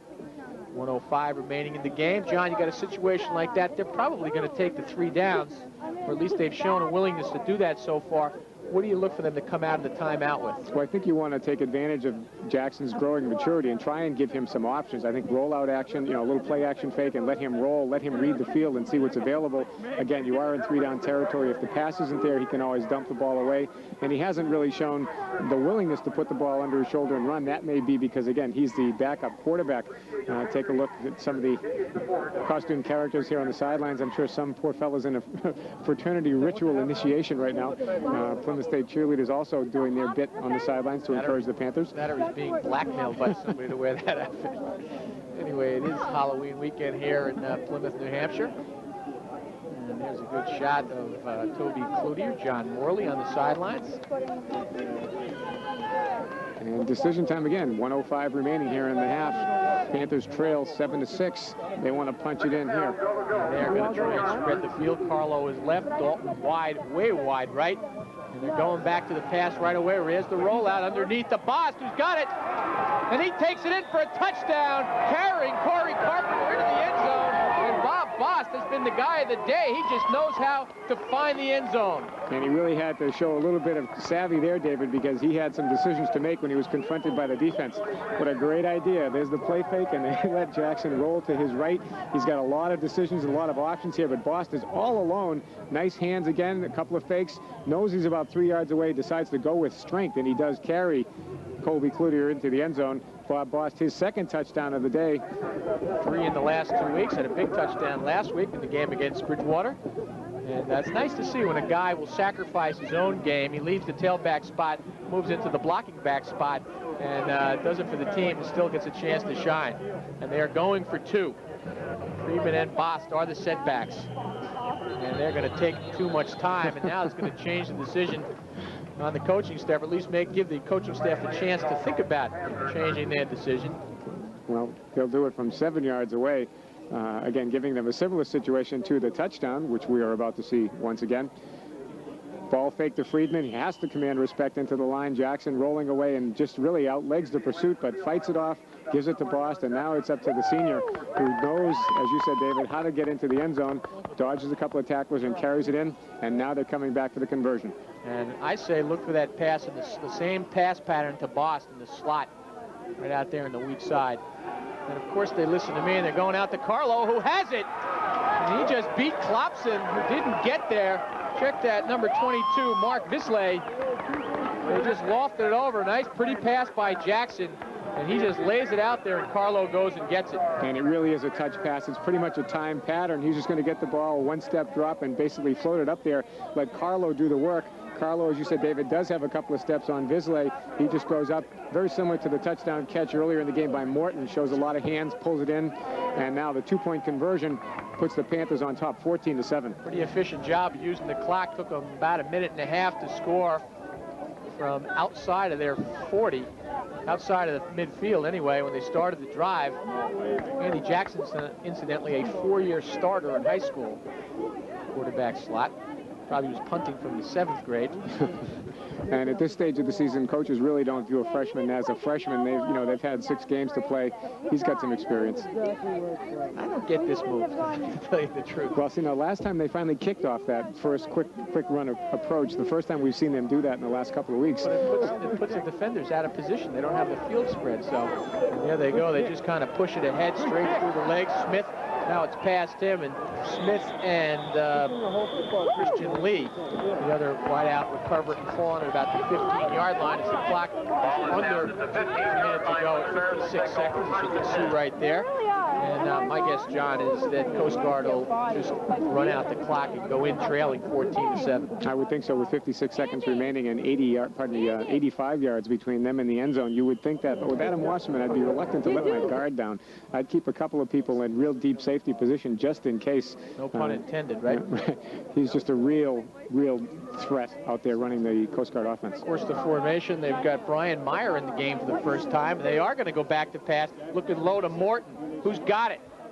Over the 20 to 25, goes out of bounds. Hansen, one of the players to drive him out, or at least forced to check that. Danowitz, the left corner, kind of drove him out of bounds at about the 27-yard line. Now, you got to like that. They're not going to sit back and take it. They're just going to keep going. No, they're not. Using the clock, they didn't send anyone out into deep formation. They just used Morton on the understuff. Plymouth had both Levine and Hansen in deep formation as safeties, as we indicated. But again, take that understuff with Morton, and you can push it down the field pretty quickly.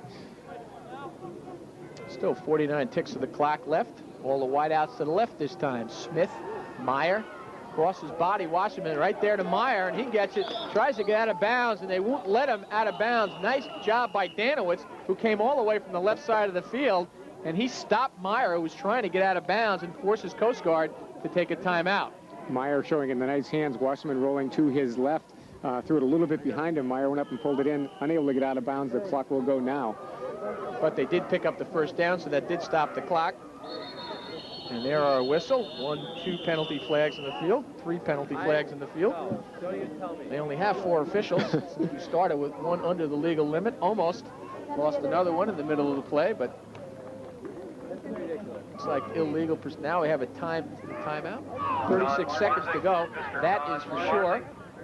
That's the one problem, is they do try and hurry up. They were trying to take advantage of the line markers being moved up and probably weren't set when Wasserman made the snap call. They're caught for the procedure. It's now inside of 30 seconds. So we have a 1st and 15 as the Bears started from the 37-yard line. They're in the shotgun. Here they come back to the weak side of the field. Lewin with the ball. He's trying to get out of bounds.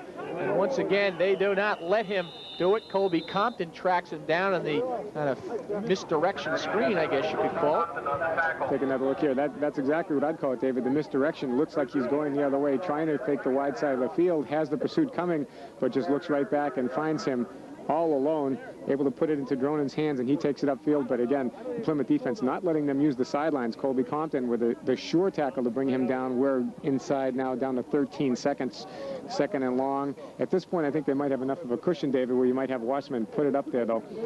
Take a shot down, see if he can move it down the field. Yeah, I would trade 2 of them. They probably have 2 plays left. Why not just bomb it down the field? You really got to make something. The underneath stuff, not much chance it's going to break free, especially with everybody downfield like they're going to be.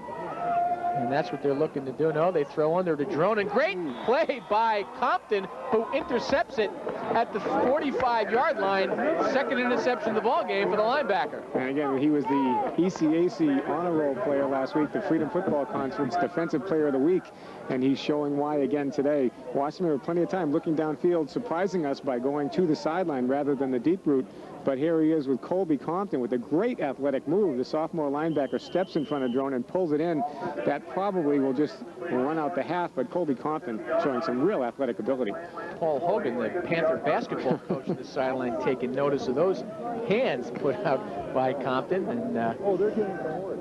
How are they? 7 seconds to go, as you can see. Time for one play. Great. And they're going to try for something. Jackson looking deep. He's got Carlo on the left side, battling with someone. Now that's picked off by O'Connor. He's coming back the other way. A penalty flag goes up as he goes out of bounds. There goes penalty flags from everywhere, all landing in the same spot. It was an accuracy throw there. Got to be a clip. Plymouth State just taking a roll of the dice here. Jackson firing the ball up in the air, hoping to get Carlo on that long route. O'Connor's able to pick it off and take it back the sideline, but I believe the half will end on that penalty. It's an illegal block on the return, but let's take another look here. Jackson showing some arm. Last time he tried to go long, he really came up with a quail. This time he gets something on it. The pass is well thrown, maybe just a little bit out of his range. O'Connor's playing center field there, makes a nice one-handed stab to pick it up, head upfield, but again, we mentioned the fact that there is an illegal block coming up here. That may have been it right there. Cut down the blocker and just takes it out of bounds harmlessly. But with Plymouth State holding a 14-7 lead here at homecoming weekend, we are at the half, and we will be back.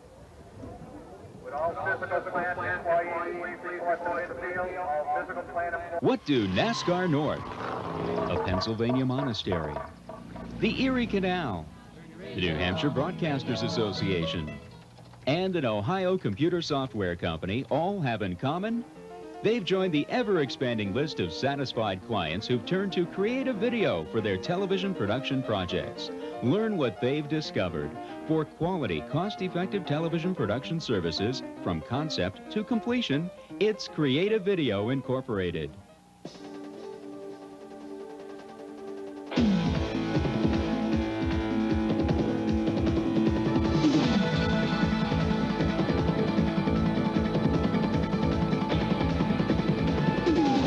It's a big job taking care of our country.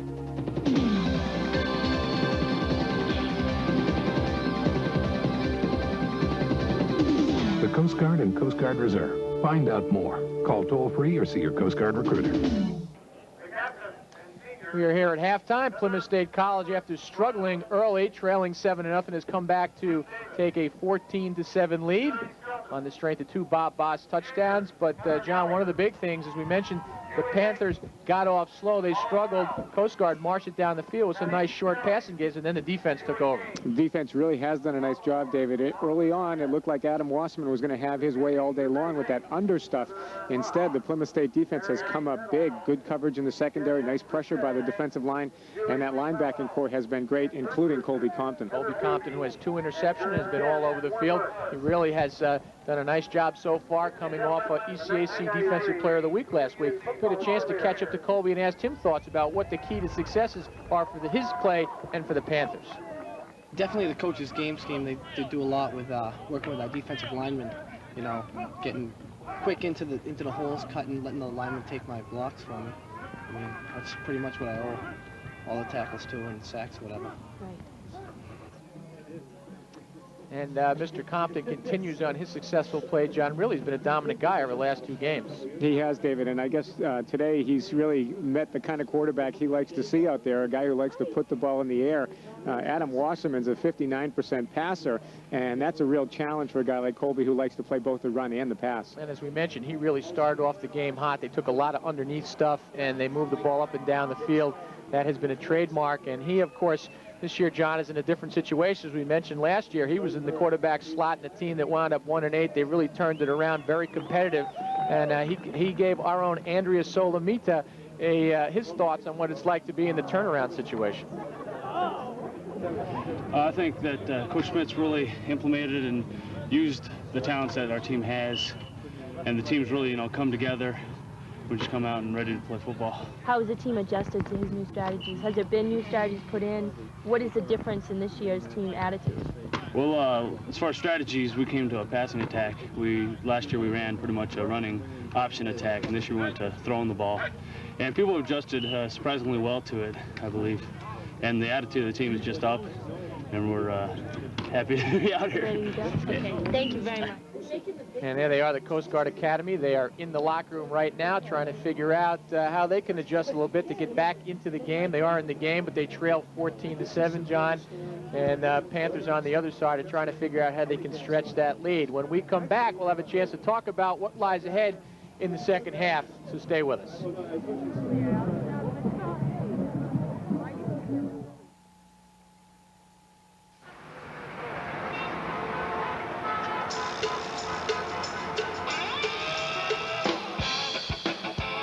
This quality time was made possible by GMAC. With financing and leasing that can be arranged for your new GM vehicle fast, right at the dealership. Because GMAC believes you should be out enjoying your new car instead of waiting for it to be financed. GMAC, the expressway home. Welcome back at halftime in the Charles L. Currier Memorial Field on the campus of Plymouth State College, and the hometown Panthers lead 14-7.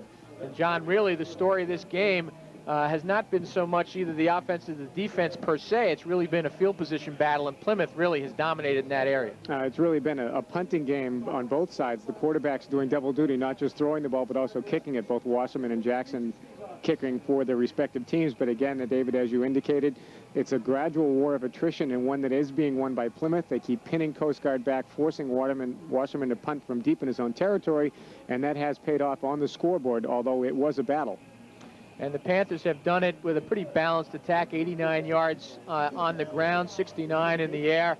And as we said, they trailed early, but they came back. And the big guy was Bob Bost, who came in with, he's not the featured guy, but he came in and scored 2 touchdowns. Now, a couple of touchdowns. One the hard way on the ground, the other one the easy way. Perhaps we could take a look at that second touchdown right now. When they get inside the 10-yard line, you want to take advantage of all of the options available to you. And here we see the floating pass up in the air for the conversion that is actually what cemented the Panther lead. Carlo with the nice catch on the rollout by Andy Jackson. That was a big, big turning point for the game. Again, the Panthers have been reluctant to put the kick into play, so in this case they lobbed it up into the end zone for the 2-point conversion. And of course that one was from the 7-yard line. That was from the 7-yard line where the Panthers have been pushed back, and it shows maybe that they don't have that much confidence in their kicking game. No, and again, it shows, again, the multiple threat they're taking advantage of now. Jackson's maturity as a quarterback is something they're capitalizing on. And as we see Coast Guard coming back out on the field to get ready for the second half, we're going to take one break before we come back with second half action.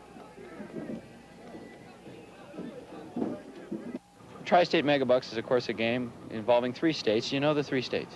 New Hampshire, Vermont, and Massachusetts. What are the 3 states? Massachusetts, New Hampshire, and Vermont. I'm sorry. Massachusetts, Vermont. Yes, Vermont. Connecticut, Massachusetts, and New Hampshire. Well, that's the worst I've heard so far. Vermont. Tri-State Megabucks, of course, 3-state game. What are the 3 states, Paul? Maine, New Hampshire, and Vermont. Absolutely right. Take it from a man in a big metal hat. When you need a Toyota part fast, think of Grapponi Toyota. The trained professionals at Grapponi Toyota are always ready to provide you with the right part. Quickly, on time, at a fair price, and with service that will astound you. Their teamwork can get your Toyota back on the road in less time than you can say, pedal to the metal. Go for it. Grapponi Toyota, the absolute best commitment to customer service you'll find anywhere.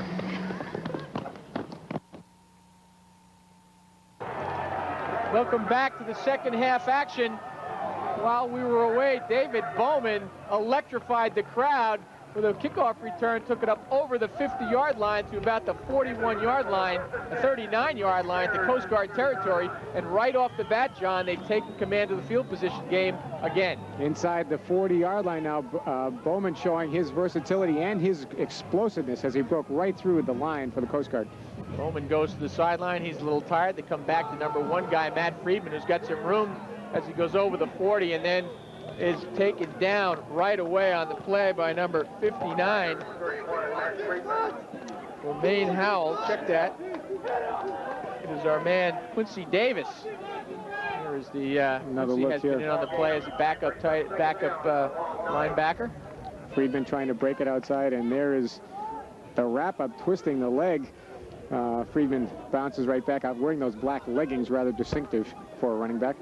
Everybody used to wear socks. There goes Boss with the ball. He doesn't have a lot of room to maneuver. Hit in the backfield.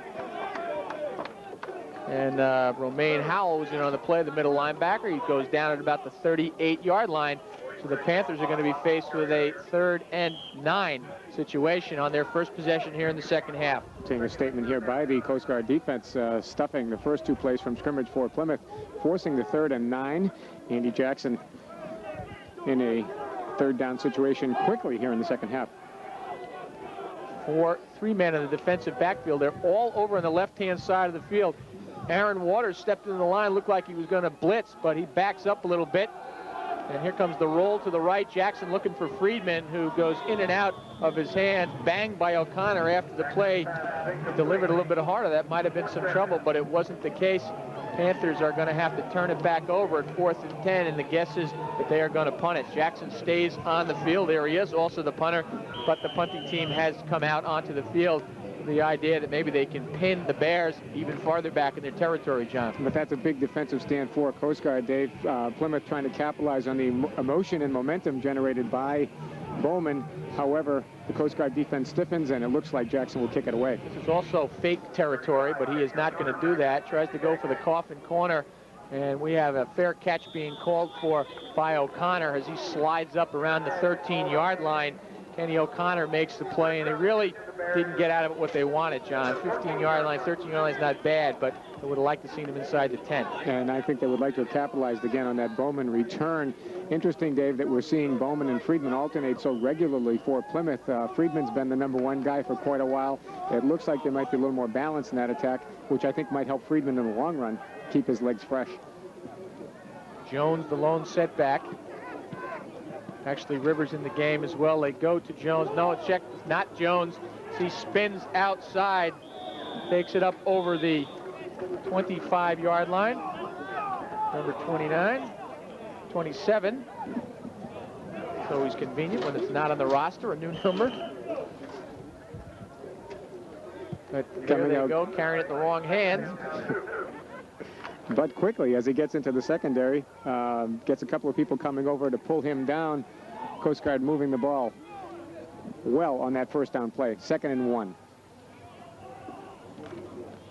And they're coming back out to the left-hand side, up over the 30, and they are approaching first down territory. And they are moving the chains ahead. They pick up a first down. Coast Guard comes out with their first chance on the Isaac Jordan is the mystery man, number 27. Giving some versatility to the offense. They depended heavily on Wasserman in the first half. Looks like they may be trying some of the ground game that they went with last year. First down at about the 31. Speaking of versatile, there's a fumble on the play by the versatile, not Isaac Jordan, it's Jordan Isaac. We had 3 fumbles in that possession. He only had 1. But they regain it, and they're going to set it up as a 2nd and 11 situation. There is Isaac. Watch the ball kick around here. He's trying to find it, and it's trapped between the legs of one of his offensive linemen. Number 75, Michael Hauschen. It looks like Toby Cloutier may have got a part of it, but they are able to retain possession. 2nd and 10. And Cloutier had a big first half, 4 tackles and 2 sacks. And Wasserman looking to pass, looking out into the flat on the left-hand side. He is drilled. There is Cloutier again as he nails Isaac as he catches the ball at about the 25-yard line. Isaac's become the big play man here for Coast Guard Academy. He's figured in just about every offensive play so far. But on this one, Wasserman's got plenty of time trying to set something up. He just kind of hangs the ball up there a little bit, and what that does is expose a lot of rib cage for Toby Cloutier. Puts the shoulder right in there, brings him down for about a 4-yard loss. Looks like about 3rd and 14. Jesse Morton in the passing situation comes into the game, replaces John Rivers, and he is in the slot. 3 wideouts to the right, and they are looking underneath to Morton, and they overthrow him Jeff Jarry on the coverage right there, and that would have had to have been lofted. Difficult pass to complete, and perhaps Wasserman just fired it out of bounds because he knew there was nowhere to go with it. Now, good positioning by Jarry on the coverage. Really had completely sealed off the inside to Morton. It would have had to have come over the top. Wasserman wasn't able to deliver it in that fashion. Didn't want to hang it out there on the sideline. Would have been an easy pickoff, taken back all the way if it was off even just a little bit. So he'll have to kick it away on 4th and 15, and Plymouth should come out of this with good field position again, Dave. P.J. Hansen standing at about the 42-yard line, and that is about where he is going to catch the ball. Barely moves, and he cuts it into the middle over the 45 into Bear territory to the 47-yard line. And a lot of guys in on that play. Chad Cooper, number 58. Michael Moyers, 56, in on the tackle, among a host of others. And Hansen has nothing to look at again but that Coast Guard team photo. They're all coming down. No blockers in front of him. A little bit risky with the ball, the way he was carrying it, but steps aside the first two attackers and puts the Panthers in business inside the 50. Even off the punt, David, they're still in Coast Guard territory. Walter Horn down there on the play as the officials are checking over. Looks like a leg. And with the score 14-7, the Panthers about to take possession. Let's take a break.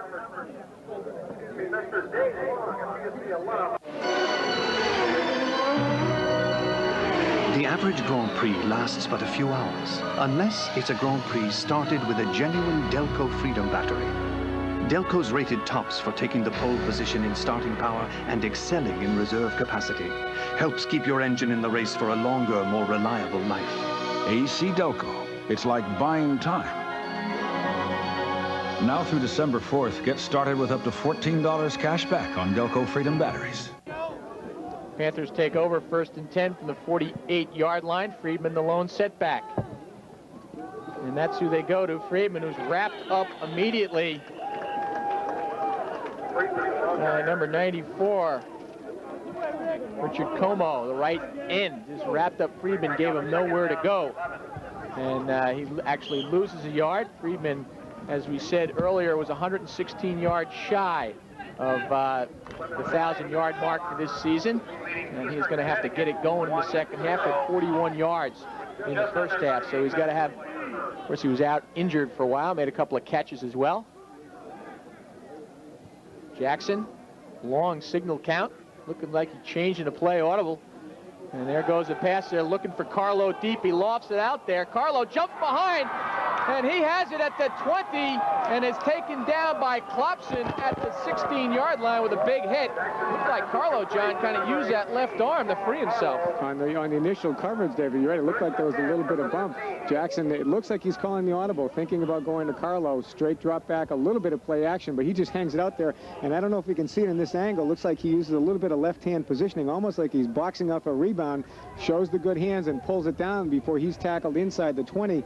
And again, we have to point out, Carlo's averaging 24 yards a reception for Plymouth.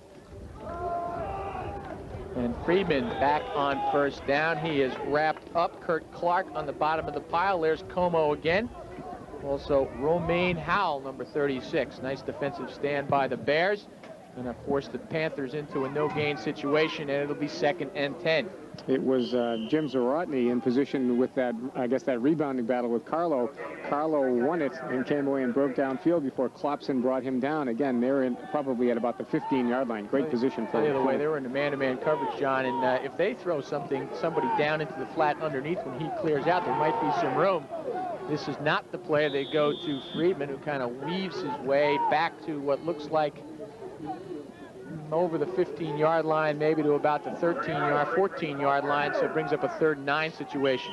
Last week we saw Plymouth favoring the left-hand side of the line, probably detecting an area they wanted to attack in the Bridgewater State defense. Today, they're going at it from the right side, putting Mark Zawicki and John Perdorni in the position to make the most critical blocks. Quincy Davis with that last tackle. R.J. Latenda into the game at the right end, replacing Dalton. They go to the power eye for the Panthers. This is 4th down territory, if at least history repeats itself, and the Panthers are going back to pass, this time to Carlo once again, and he is overthrown. Takes a little love tap from Kenny O'Connor in the corner of the end zone. After the play, O'Connor's got to watch that. But it is 4th down, and the Panthers are changing on the fly, and it looks like we're going to have a kicking situation. Kyle Albers is going to try it this time.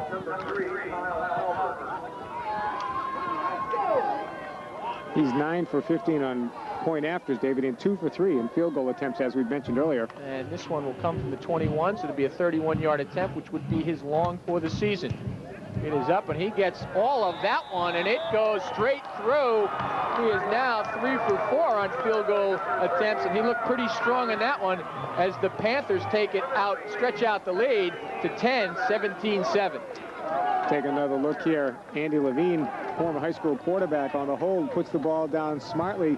Albert gets all of it, as you said, David. Nice follow-through, and you can tell he's one happy camper when that goes through, giving Plymouth a 17-7 lead now. There's a little chat on the sideline. Offensive and defensive players mixed up in that.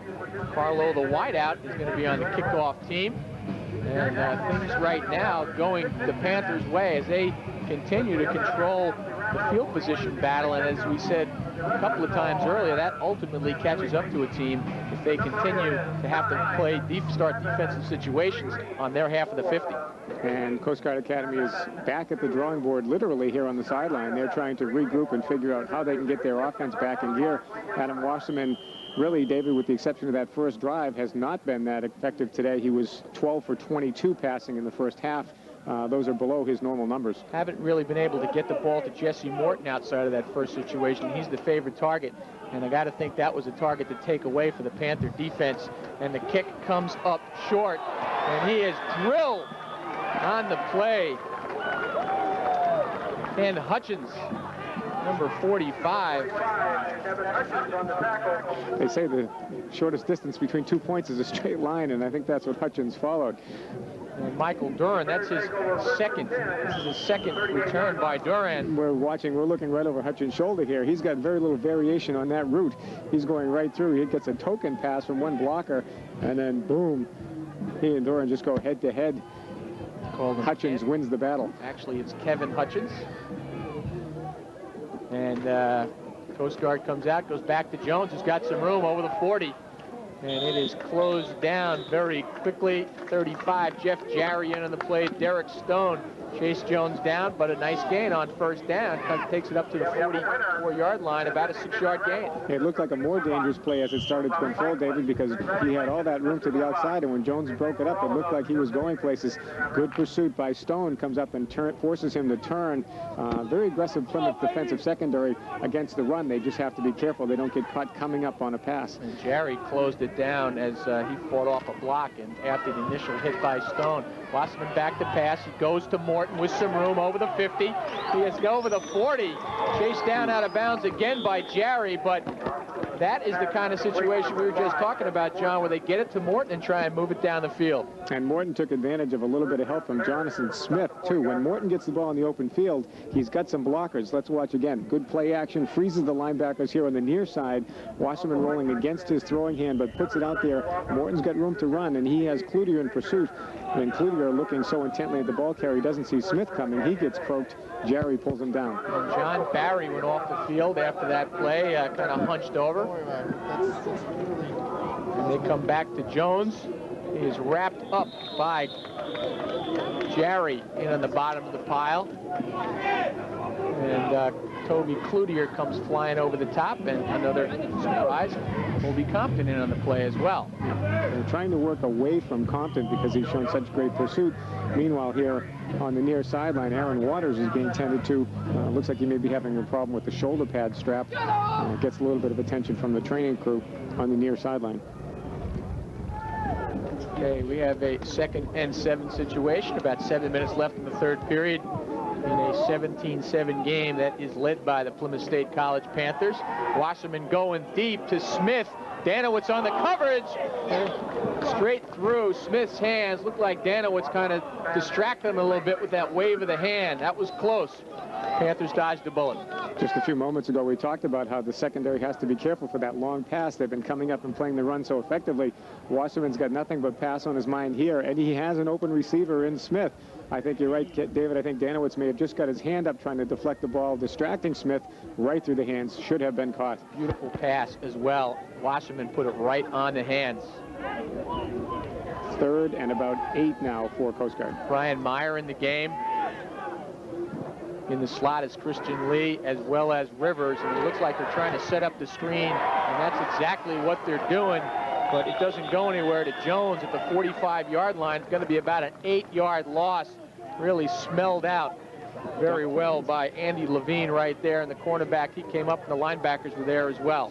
There's nothing more helpless than a back who's getting set up on a screen like this when the screen is not there. Don Tappan is also there with Andy Levine. Together they delivered a big hit on Jones, a big loss, 4th and about 13, and Washington will have to kick it away again. Nice pressure by John Barry, who's back in the game. It's nice to see. Wasserman in to kick. 3 people in the backfield to block, and it's fumbled. This could be dangerous, but he does get it off. Good job. It's going to come up, and it's going to be one of those that roll over the 10-yard line, and it turns out disaster. Turns out, or near disaster, it turns into a big break. And those are the kind that always hurt you. That kick, you could tell as soon as it was going to roll, and it wasn't deep enough to catch, so it just was let go by Hansen and goes in over the 10. And Hansen really threw his hands down in disgust. I think he realized that it wasn't coming to him. Don Brown walking the sidelines here, his first homecoming game as head coach of the Panthers. Again, Hansen was a little disgusted. I think he knew, as you did, David, that punt was going to roll and create all kinds of havoc. It's put Plymouth with the possession now at about the 6-yard line. And Don Brown came over from Yale University. He's an assistant football coach there. And this is the first time, as you say, John, that they're pinned inside. And Friedman avoids the safety with a nifty little spin. Nice defensive job by Richard Como, who was right there. And Friedman wriggled out of it. And Romaine Howell almost came up with a couple of points here for the Bears. They haven't been scoring with the offense. Maybe the defense. Friedman sliding along the line, sees that wall collapse, is able to make that last-second spin, as you said, and a little bit of lunge backwards to avoid the safety. They're pinned way back now, 2nd down on the 1. I'll tell you, that's sometimes the shortest runs can be the most effective. Here they go to Friedman again, and he has a little bit of running room, takes it up to about the 5-yard line. And they're going to bring up a 3rd down situation about the original line of scrimmage or so. And we're looking at a 4th down and 11. 3rd down 11. Pardon me, Dave. Friedman a little hobbled on the play. As you see, the line is trying to slide along the side, and there's really nothing there. It closes quickly because Mike Frender is able to turn him in and bring him down. Bowman's back in the game for Plymouth. It's 3rd and 11. What do you call here, John? 3rd and 11. They got a 10-point lead, and they're deep in Bear territory. Something very safe. Bowman, the lone setback. The formation doesn't lend itself to safe. And they're going deep to Letendre, and it is way overthrown. Letendre cut inside, and Jackson looked like he thought he was going long, and he just let it out there to let him run under it. The thinking on that play probably is such that the ball is thrown so far downfield, if it is picked off, that probably has the, I guess, the equal value of a punt. If he's tackled right away. However, it falls harmlessly to the ground, but now Jackson's going to be punting in the shadow of his own goalpost. Of course, there isn't much shadow here today, an overcast day in Plymouth, New Hampshire. And the Bears are going to put 11 men on the line of scrimmage, leave Smith out there alone by himself at about the 38-yard line, and Jackson's foot is just about on the back line, and he gets off a good punt. Smith has got it at the 41 with room to go. Over the 40, he takes it up over the 35 to about the 31-yard line. And this far and away is the best offensive spot in the field where the Bears have been able to take over. Tyler Moore in on the tackle. Smith has a little bit of room. It closes quickly, but he takes it upfield with that kind of speed. I think Hansen was in there, Danowitz underneath the pile. But here we are, 1st down Coast Guard at the 30. Women's field hockey team from Plymouth State leads Salem State. Wasserman brings it out on the 30. He's going to go to pass right away to Lee. Lee catches it. Looked like he was on his knee when he caught it. That's not the case, but it goes to about the 25-yard line on the quick in. I don't know how that pass got through, and I'm not the only one. I think John Barry may be asking himself that same question. Any good defensive lineman knows as soon as you hear the pass call to throw those hands in the air. It may have just barely avoided Barry's hand, but really found its way through for about a 5-yard gain. And the 6-yard gain sets up a 2nd and 4 situation. Jordan Isaac in the game is the deep back. John Rivers is the up back, and they give it to Isaac, who was wrapped up immediately by Don Tappan. And he just drives him back at about the 25-yard line will be where his progress was stopped to bring up a no gain, so 3rd and 4. Another big 3rd down play for Coast Guard. They've had several of them since that successful drive in the first period. See if Washington will go to the roll now and try and take advantage. of the width of the field, which is becoming towards us. Good thing they don't have Jordan Isaac's middle name there on the roster, because he probably would have screwed it up that way, too. Anyway, 3rd and 4, Wasserman over center. Isaac remains in the game as the setback. Lee and Dinkelman are the receivers, and they go to Dinkelman, who spins out over the 20, takes up to about the 16-yard line, and he is going to pick up a first down. Nice call by the coaching staff. They just went for the quick button hook. Using a lot of different receivers, too. Andy Levine on the stop for Plymouth. Wasserman, again, 3rd down play, but he's going to put the ball in the air. That's what they do best. Gets Dinkelman that nice reverse pivot, gets him the extra yardage, that gets the first down. Compton came in to finish things off as Levine wrestled him to the ground. Starting from the 16-yard line, 1st and 16. Bears threatening. See if they can close the gap. Panthers lead it by 10 at 17-7. Rivers, Jones over this 15, and he kind of wrestles forward to close to the 10-yard line. And nice job of fighting ahead for a couple extra yards, John. And did a nice job to avoid Colby Compton at the line of scrimmage. Take another look. Compton has been doing a nice job containing the defense, but now it's 2nd and 7. Jones came into the game just shy of 400 yards in the season. He's past that. Wasserman looking to roll. He's looking for Dinkelman. He can't get him, and now he just throws it out of bounds in the direction of Rivers, and that definitely was a dump job. And he put some zip on it, too. The ball boy on the sidelines made a nice catch. He may be telling his friends about that tonight, presuming there'll be a party somewhere on campus. Again, it is homecoming weekend. Smart play by Wasserman, experienced quarterback showing good patience. Rather take the incomplete pass than risk something or the big loss, so he threw it away at 3rd, and they'll bring up a 3rd down situation. And Rivers comes running off the field, replaced by Morton, leading receiver. He's going to go in the slot at the left-hand side. Actually, he is the up man as the halfback. And Jones, the tailback, 2 wideouts to the right. There's the fake. They're rolling right, and they're trying to come underneath to Smith, who's open. And he is drilled, and he stretches in. No sign yet. He doesn't like the call. Nice catch, and he definitely held on because he was drilled after he caught it. Wasserman has a couple of options here. The play fake again just to freeze a few people going the wrong way. He's rolling to his right. He has Morton who'd run that under route again, but he sees Smith on the goal line. I think he figures he has touchdown distance already. You see Smith make the catch, and the hit comes there that drives him out of the end zone. He's arguing that he broke the plane before he fell down. A real nice camera shot. That may be the best angle on the field right there. Like he broke the plane to us. They're going to start at 1st and 10, and Rivers is stacked up right in the middle. Tyler Moore, the linebacker who's in on the goal line situation.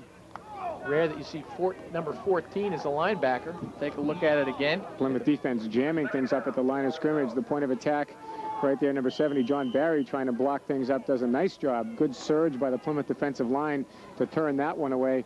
They'll give it another shot from about the 3-yard line. Jason Friedman in also on the tackle. And the full house backfield. Peter Melnick in at quarterback. He's an option guy. And once again, there's Tyler Moore in on the play. Friedman fell on top in the back. Those 2 guys double teaming. And interesting situation, John. You change your quarterback after going the whole season into what is kind of a risky formation, too. Now the option situation. And he called his own number on that play, thinking he might be able to turn it in. Peter Melnick can't find any room on the right side, however. Big play coming up, 3rd and again. Dinkelman replaces Meyer. He brings in the play, and he goes wide out to the left. 3rd and goal. Full house backfield. Jones, Morton, and Rivers in. Wide side of the field is to the left. And he is going to pass, or at least looking to pass, and the pressure is on. He is going, and he is drilled by Hansen, who came up from deep in the secondary to drive Melnick out of bounds at about the 8-yard line. Big hit. P.J. Hansen delivers a crushing blow. Melnick, again, trying to do something on the inside, rolls to the other direction. Again, the ball fake to get the direction going the other way, but Hansen, you can see in the bottom of the screen, is following this play all the way. Morley is in pursuit, forcing Melnick to try and look downfield, ties him up a little bit, and Hansen delivers the big blow. They're going to go for 3. Wasserman in the kick, and he delivers the ball, hits the goal post, and bounces out. Looked like it was going to fall over, kind of leak in. It doesn't do it. So the Bears come away empty, and that has got to hurt with 2 seconds to go in the period. Watch the ball come up here to the upright on your right as you watch at home on your home screen. Gets just about as high as you can, hits the top of it, and as you see, falls to the inside. No good. Big stand by the Plymouth defense with 2 seconds left in the third period, David. They take over at the 20. And the decision to go to the option situation away from what they've had all game, I want to say backfired, but didn't work. Panthers take over at the 20-yard line. Just 2 seconds remaining in the third period. Bowman remains at tailback. And they hand it off to Bowman, who's free. He's got some room. He's over the 30. One man to beat. And he fights over. Beautiful tackle in the open field. Jim Zarotny, he was the last hope, but he took Bowman down after they crossed midfield at about the 47-yard line on what was a very great second effort. Plymouth trying to take advantage of the turnover there. And again, there's the class in session on the sideline for Coast Guard. Last shot here, goal line stand. You see Melnick trying to go to his left, looking for something. Morley is in hot pursuit, really taking away any options he may have had. Morley makes a lunge and gets a hand on him and hangs him up there for Hansen. Boom, delivers the big blow, knocking him off the ball, knocking Coast Guard out of touchdown territory. And with Plymouth State holding a 17-7 lead, we'll take a break. A lot of maintenance, and it hurts when things happen to it. You know, when she gets a ding or a dent, you feel it. You know, or when something breaks, you kind of cringe a little bit. You know, you feel it. It's a very personal thing.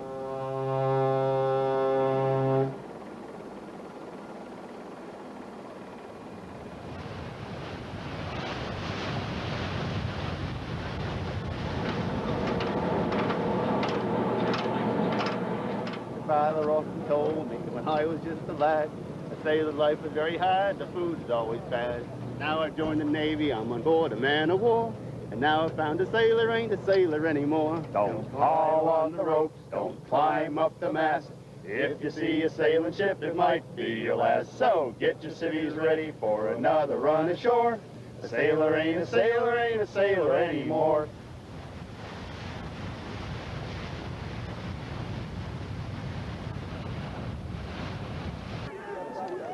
First play of the fourth quarter goes to David Bowman. Up over the 45-yard line, takes that of bounds. A whole host of white shirts take him out on probably a 2-yard gain to start the second half, so it'll be 2nd and 8. And some concern for the Coast Guard defense, Dave. Corey Carpenter is down on the sidelines with an ice bag on his ankle. They're tending to him. We saw a shot of it before the last break. He is out. The Bear defense is down by 1.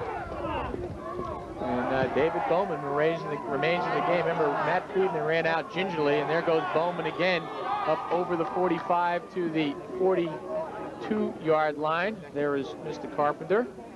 The ice bag. He's probably going to use a little freeze spray on it as well to see if they can get him back in the game today. Probably have to retape the ankle. It may be a while before he's back. In his place, Matthew Orendorf is in at linebacker for Coast Guard. Carpenter had 5 tackles in the first half. He was a big contributor. Panthers at 3rd and 5. Split backfield, kind of a change. They're going to look to Bowman out in the side. He's in the flat with room to go, but nice job of closing that down.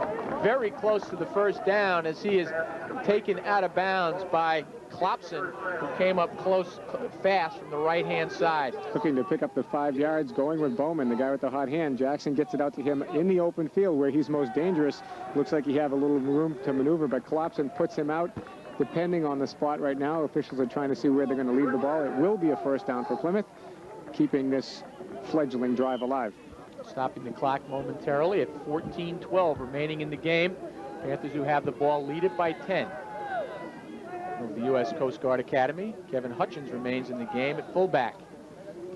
They're looking to pass deep to Carlo, who's got some room, and Carlo has it, and he goes in for a touchdown as he stepped inside of Jim Zarotny as the ball was just laid out there for him to run under. 36-yard touchdown pass from Andy Jackson to P.J. Carlo. Just a beautiful, beautiful pass, David, laid right out there. Zarotny in isolation, nothing he can do. Jackson, plenty of time, plenty of poise, just gets it right up there, floats it nicely out there. Carlo is all alone, able to run through and around Zarotny, pulls the ball in for the score. Panthers lead 23-17, and they're going for the kick again. Albert's in to do the honors. And bad snap rolled out there, but handled very nicely by Levine. Albert sends it through. Panthers send their lead out to 17, 24-7.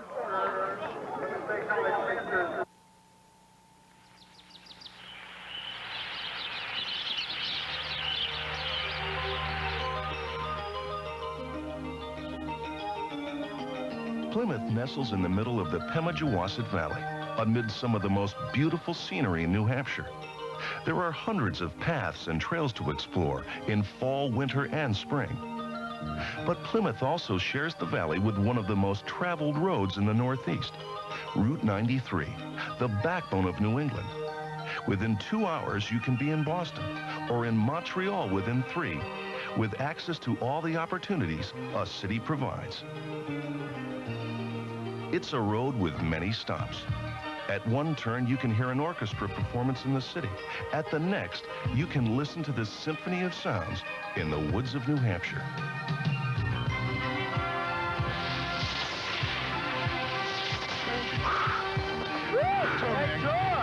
Yeah. Good run. What's my time? 69.72. All right. Ow!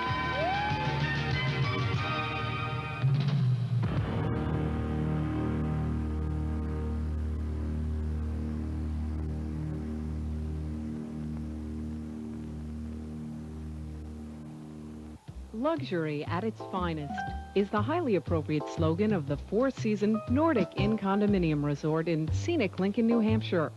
1, 2, and 3-bedroom condominium suites include fully equipped kitchens, spacious bedrooms with full baths, fireplace living rooms, and decks overlooking the mountains. Make our Nordic Health Club yours. Come and experience all the amenities that make the Nordic Inn Resort luxury at its finest. Plymouth State College getting ready to kick it off to the Coast Guard Academy. Christian Lee and Smith are back deep, and that's who's got it. Number 8, Smith. Looked like they were going for the reverse, but they never got the handle on it. Jay Smith couldn't pick it up, and he falls on it at the 20-yard line. But to me, John, it looked like they were going to go for the reverse to Christian Lee. At this point, David, it looks like the wheels are falling off for Coast Guard. They've had the last possession that ended when they came up empty. Wasserman's field goal attempt went off the upright and got nothing out of it. In this case, now they get the ball back. Smith can't quite come up with it. Checking on the sidelines here, the trainer's getting really busy on the sideline for Coast Guard. Unless I'm incorrect, John, Carlo, who had the touchdown pass, has only caught 2 passes today, 1 for a touchdown and 1 for the 2-point conversion in the end zone, and he continues to be a guy who converts big time on the limited number of balls that he gets his hands on. And it's interesting to note, Dave, that there was some concern a couple of weeks ago when Turner went down. They were afraid that Andy Jackson might not be prepared to step up in and take his place. In pregame conversation with Andrea Solomita, Carlo indicated they had all the confidence in the world in Andy Jackson. He's showing that that is certainly justified. What do you do as a coach after you've seen this guy grow over 2 games? He played a very tough defense last week against Bridgewater. And today he has acquitted himself once again very well. There they go to Meyer on the pass, drilled from behind by Levine for an incomplete pass on 2nd and 5. Nice timing by Andy Levine as well. Had the receiver position in front of him. A lot of times in that case, it's difficult to time your arrival. You can't see the ball coming in. Andy apparently guessed just right, broke up the pass, 3rd and about 5 for Coast Guard. Christian Lee brings the plan, and the shuttle replaces Jay Smith. They've had a lot of... Pardon me, Dave. They've had a lot of 3rd and 5s. They keep getting stuck in that tweener situation. Puts a lot of pressure on Wasserman. The Bears have got to get it done here. They are falling behind 17 points now. They trail with only 13 minutes to go in the game, and they've got to do something. Here they go over the middle to Jones, who is drilled by Compton. It's picked off by Cloutier, who takes it down to about the 2-yard line, and that was the biggest hit of the game. Toby Cloutier picked off the tip after the drill by Compton on Jones. who bounced right back up, by the way. I'm happy to see that, because I wondered for a moment if he'd ever get up after that timed hit by Colby Compton. Just delivered a major blow, and Cloutier's the beneficiary. The ball just popped into the air. He grabbed it, looked like a fullback as he tucked it under his arm and got it all the way to the 1-yard line before some of the alert Coast Guard players were able to knock him out of bounds. Plymouth in prime position yet again, holding a 24-7 lead. And I think that's the reason receivers don't like to go over the middle to catch passes. Excedrin headache number 35 for Jones. In the backfield is Bowman, the lone setback, joined by number 25, Matt Forrest. And Bowman takes it up in the middle. No signal yet. Don't think he got in there. On 1st and goal, Panthers are going to have a 2nd and goal situation. They're knocking on the door once again. Field position continues to be in their corner, and the biggest story of this game. And again, all kinds of options available to Andy Jackson. They are inside the 5. Take another look here and watch for the heavy hit in the middle as we follow the flight of the ball. Wasserman puts it out there. Jones is the intended receiver, and there's Thompson before anybody can take their eyes off Jones. However, Cloutier is running the other way with the ball. Just great alert defense by Plymouth. I know, I didn't even see the interception. I was watching the hit. And there goes Bowman in, and he has broken the plane. Panthers score again and move it out to 30-7, and they are firmly in control. And much of the credit goes to the defense, certainly in this case where they put him in possession at the 1-yard line. Bowman and Friedman have been alternating all day. In this case, Bowman gets the call. A nice block there, opens up nicely, and he just vaults into the end zone for the score. Aaron Waters made the hit at the goal line, but Bowman's momentum carried him through. And after a reluctance to use the kicking game, Albert's getting all the opportunity in the world to pad his scoring stats. Andy Levine again on the hold.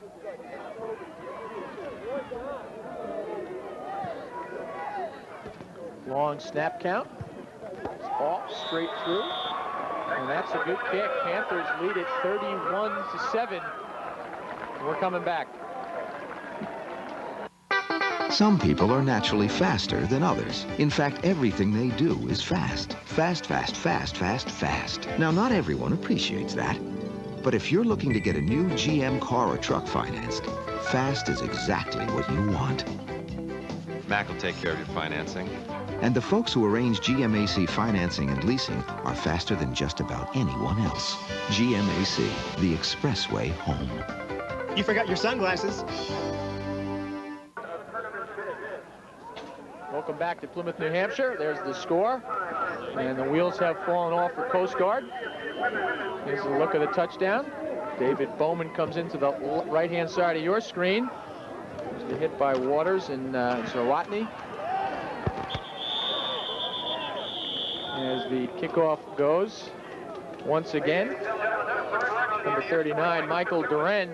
Duran has been the big guy on kickoffs. He's got 3 already as the up man, and Plymouth, I guess, don't want to test their luck with Jay Smith and Christian Lee back deep. And now it's time to put the ball in the air. That's what Coast Guard likes to do. Now it's what they have to do. David trailing 31-7 with 12:20 left in the game.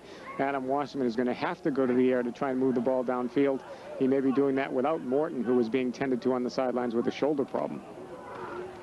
And they're back to pass. Wasserman going down the left-hand side to Dinkelman. Penalty flag. Nice catch by Dinkelman at about the 40-yard line, and he's brought down by Levine. Now to look here, as there is a flag on the play, officials are going to negotiate the terms of this penalty. It may be on Levine. They're going back into the backfield. Take another look again. We just mentioned they have to go to the air. Wasserman, first down, does exactly that. Lays it right out there. Makes the catch, and there's Levine there to make the tackle, but the flag has been thrown, and they are marching it off against Coast Guard. The fans in front of us are not very appreciative of that call. They are Coast Guard fans. We should add we're on the visiting side of the field. Ball's going to go all the way back to the 20-yard line, and troubles continue to mount for the Bears. 1st and 25 from spotted at, it says on the scoreboard, 21-yard line. Looks like the 20 to me. Bears are using the hand-holding huddle. I was never a big fan of that, David, personally. Me neither. Romaine Howell, good shot of the big linebacker.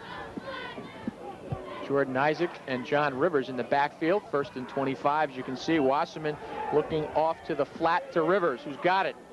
He is up over the 25 and is wrestled down by Levine.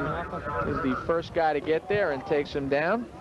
We really haven't seen much of Rivers yet this year, David, although I think the Coast Guard Academy would like to get a performance out of him as they did a year ago.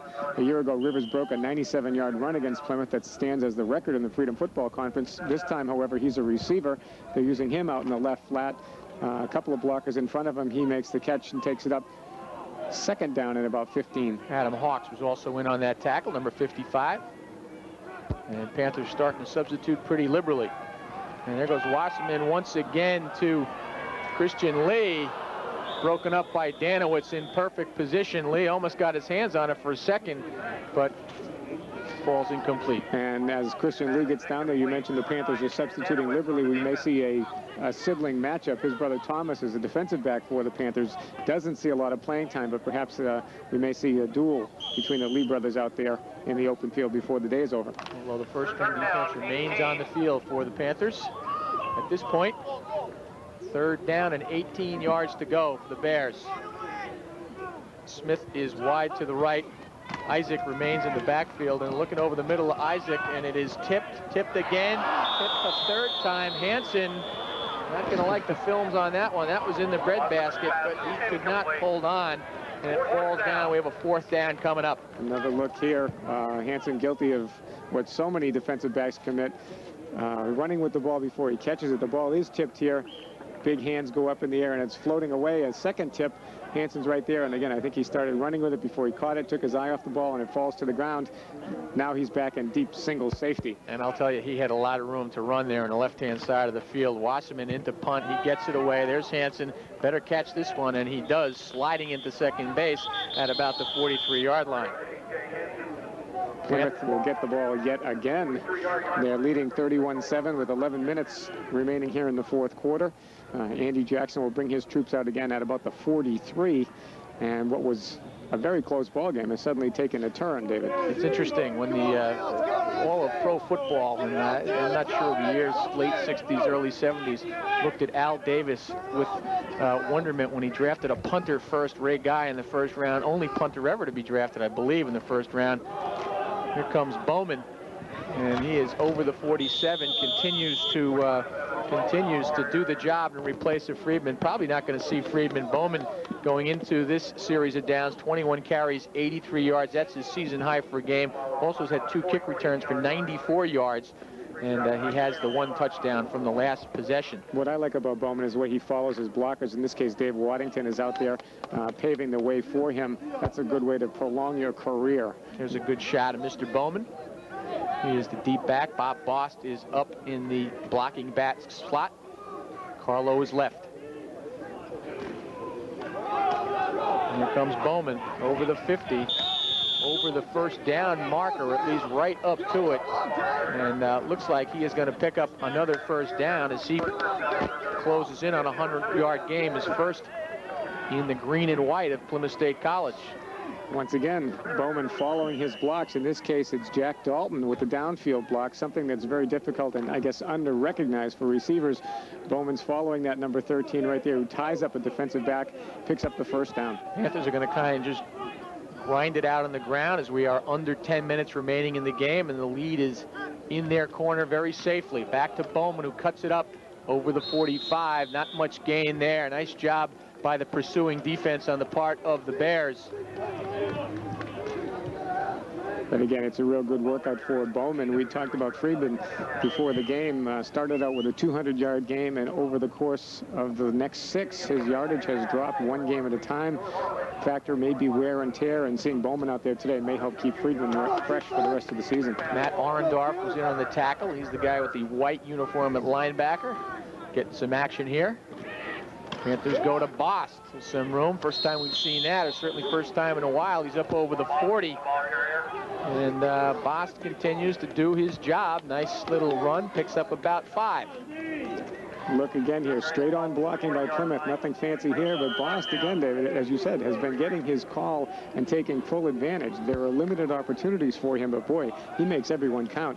Senior out of Portsmouth, one of the tri-captains here at Plymouth. Paul Drone cleared out the middle there, and a nice block as he took the guard, just let him take himself out of the play in the middle. Carlo is at the check that's Dalton at the top of your screen. Bowman over the 40 with some room to go. He continues to grind away.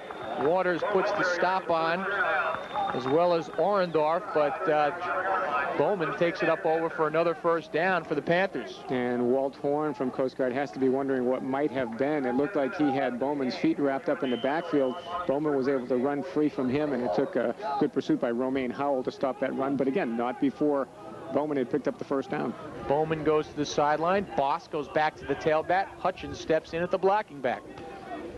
It's a lot of versatility. That third-string tailback is the guy who started last year. Here goes Boss looking for room. Not much to do. Not much to be gained over there. Waters, one of the guys who runs him out of bounds on first down, just shy of the 30-yard line. Melnick warming up on the sidelines for Coast Guard Academy. We saw him earlier on the goal line stand. That really stands out as a highlight more for Plymouth than it was for the Bears.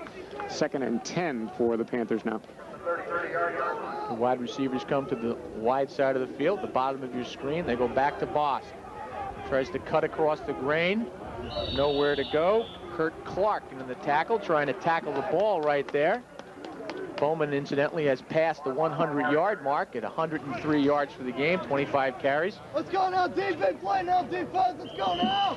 Kurt Clark with the tackle, defensive end, along with Mike Frender, really the anchors of the defense for the Coast Guard Academy, although they haven't had the call many times today. It's been a linebacker defense for Coast Guard this afternoon. Sean Cavanaugh comes in at tight end. First time we've seen him in a while, replacing John Pavia, and they go over to Boss. He's over the 30. Doesn't really have a lot of room, too much room to go there. Nice job on the left-hand side of that Coast Guard line. Klopson in on the tackle. Sorry, John. Kurt Clark in there again, helping to make the play. Interesting how the Plymouth defense has just completely, the Plymouth offense has completely changed gears, David. All they're doing is keeping the ball on the ground in the middle of the field. Bost is looking to go wide, and as he takes it up, he's just not even thinking about the sidelines. Wants to stay in and keep the clock running, and it's 4th down.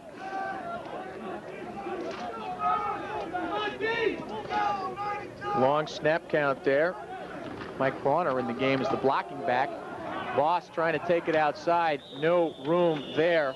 Orendorff, the tackler, among others. Also Kurt Clark, once again, hearing that name a lot, on the right-hand side of the field this time.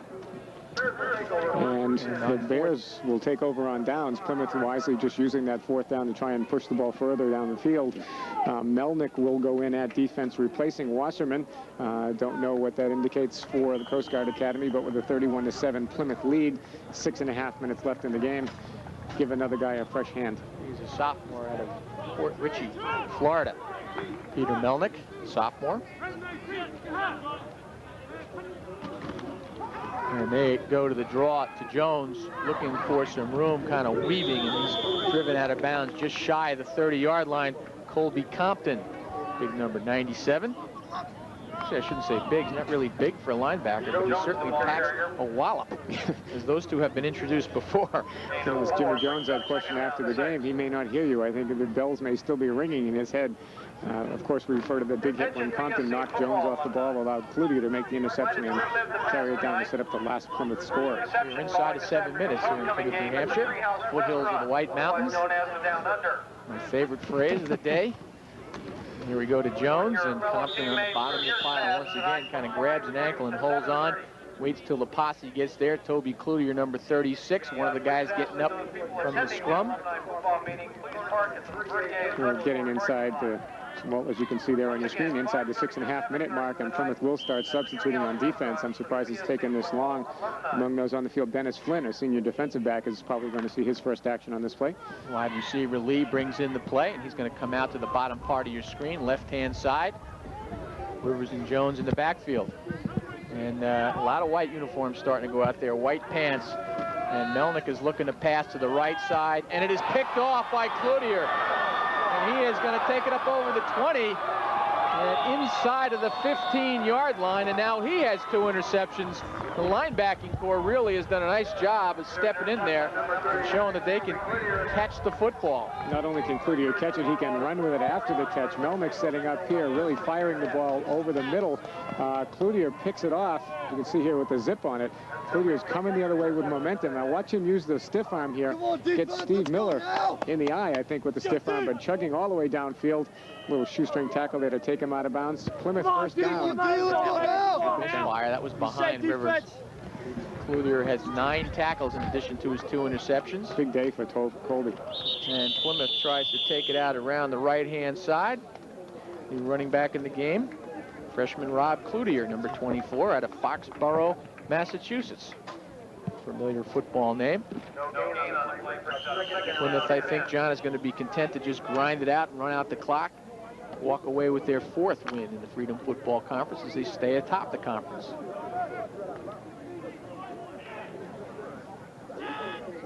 New quarterback in the game, Darren Chizokis, cousin of, and there's a fumble on the play. That beanbag goes into the pile, and it looks like the Bears are going to take over. Mishandle between Chizokis and Rauner as they get their first action. I started to say Darren Chizokis, the cousin of best quarterback in Plymouth State College history, Matt Chizokis. Once again, we have a new quarterback, pardon me, Dave, a new quarterback coming into the game. Not uncommon to see a little bit of confusion in the transfer. He tucks the ball into the gut of Mike Rauner. Rauner lets it squirt free into the pack, though, and the Coast Guard Academy will have a first down at about the 11-yard line. Melnick stays in the game at quarterback, and he is looking to pass, coming outside. And he is free. Big tackle by P.J. Hansen. The catch made by number 89, big number 89, William Dronin.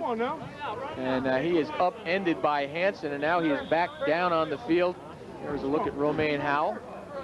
Hansen with the low bridge tackle that took Dronin down. Watch again, Melnick is undeterred by the fact that the last pass was picked off by Cloutier. He fires this one right out there and gets Dronin, turns and eludes Levine, who makes the first attempt, but Hansen makes sure with a rolling block to take him down. Dronin is still down on the field, and with Plymouth holding a 31-7 lead, we'll be back.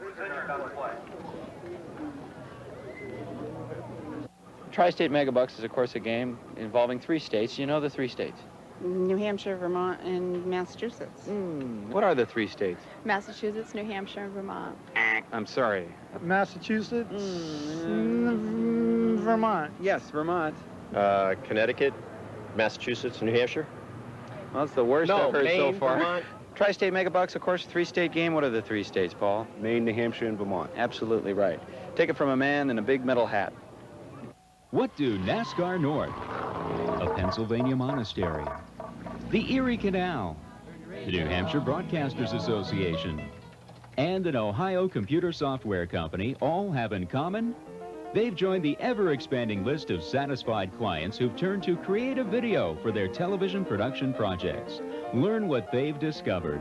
For quality, cost-effective television production services, from concept to completion, it's Creative Video Incorporated. First and 10, just at 5 minutes remaining in the game. The Bears from U.S. Coast Guard Academy with the ball. They trail it 31-7. Jordan Isaacs with the ball is stacked up as he goes into the middle of the field. You see the ambulance pulling away, containing Bill Dronin, receiver from the Coast Guard Academy, who was injured on the play preceding the first down. As you see here, he's undercut by Hansen and lands right on his head. He was down on the field for some time. We fear it may be a neck injury.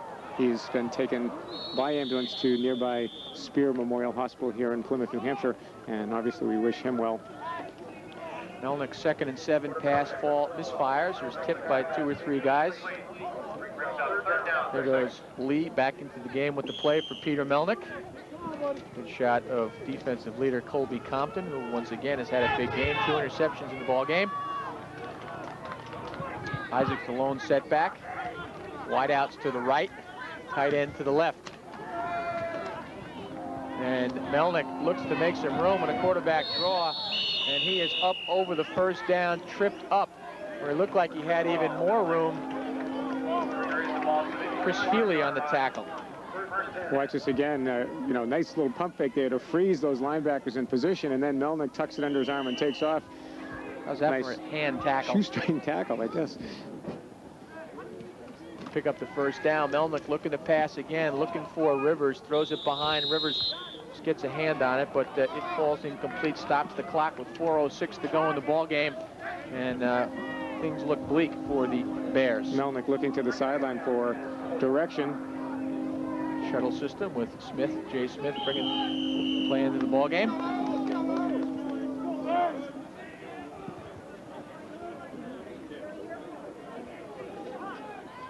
Second down and 10. Multiple set. Isaac the lone setback, and they're going to go deep to the middle of the field. Smith is wide open, and he is by Compton and dragged down by number 25, Sean Vandal. Well, just again, and Jonathan Smith is a lonely man in the middle of the Plymouth secondary as he takes this pass and turns it upfield, looking for a little bit of running room. Again, avoids the dive of Compton. Thought he had some room to maneuver, but Vandal is there to pull him down. Nice job by Compton. And while we were looking at that, Plymouth defense didn't have the right number of players on the field, and they took a timeout. So with the score, 31-7, Plymouth leading the Coast Guard, we're going to take a break.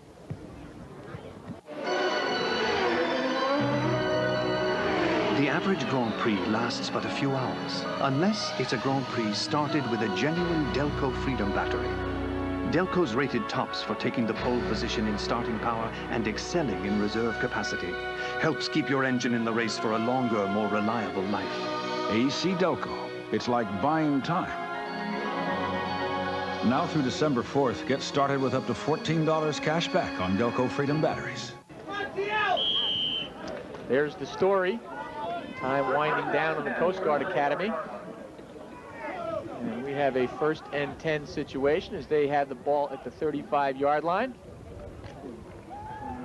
Melnick looking to go deep. He avoids Healy, and he's trying to run out of the pocket. Bounces off of 2 or 3 guys. Jeff Jarry comes in and closes things down after Melnick picks up about 5 yards and a nice scramble out of the pocket. And you can really see the difference in quarterbacking styles. Melnick is a much more aggressive quarterback, whereas Wasserman would be content to kind of work the sidelines and toss it out of bounds. Melnick likes nothing better than to put it under his arm and carry it upfield himself. And this time it's the Coast Guard Academy that will take the timeout. Good size for a quarterback. It's 6'3", 190. Sophomore Melnick. I know coaches don't encourage it, but I just love to see a quarterback tuck it under his arm and take on those defensive people. None of this trotting for the sideline. He's looking to push it upfield as much as he can. And really, I guess, you know, that's just a mark of his own courage because the game is pretty much beyond doubt at this point, but Melnick playing very aggressively. I think it just adds just a big extra dimension to a team for a quarterback who can put it under his arm and run the football and create things, especially running out of the pocket. I'll take an Elway over a or Randall Cunningham for that matter, right? Or rather than a Marino type. I like the quarterbacks who really are mobile and can run. Melnick gets 2nd and 5. Plymouth kind of tight in around the line of scrimmage, and he's going deep over the middle. Smith is open, and at the last second, the ball is knocked away by Dennis Flynn, number 5, out of Arlington, Massachusetts. Nice play as he closed on a close one. And he was home alone on this one. Jonathan Smith running a streaking pattern right through the middle of the Plymouth defense, heading for the goal line. Melnick delivers the ball on the money, and again, it was just that nicely timed lunge by Dennis Flynn that tipped it away. Probably took a touchdown away. Nice camera work. But it falls harmlessly to the ground, and now it's 3rd and 5 for the Coast Guard Academy. Good shot of the seniors playing on the left cornerback. 3rd down and 5, closing in on 3 minutes, and he's got to run out of trouble. Melnick has done a nice job. He's up over the 25, and he's going to pick up the 1st down on a scramble. Little extracurricular activities at the end of that play. Wait and see how that goes. Derek Stone with the tackle over on the far sideline on the Plymouth side of the field. Now watch again. We've been discussing the aggressive approach of Melnick. Pocket closes down in a hurry. Nice block right there by Herrera, chasing him out of the pocket. Pardon me, Keith Ferreira. And as he takes it up the sideline, that's where he comes nose to nose with Derek Stone.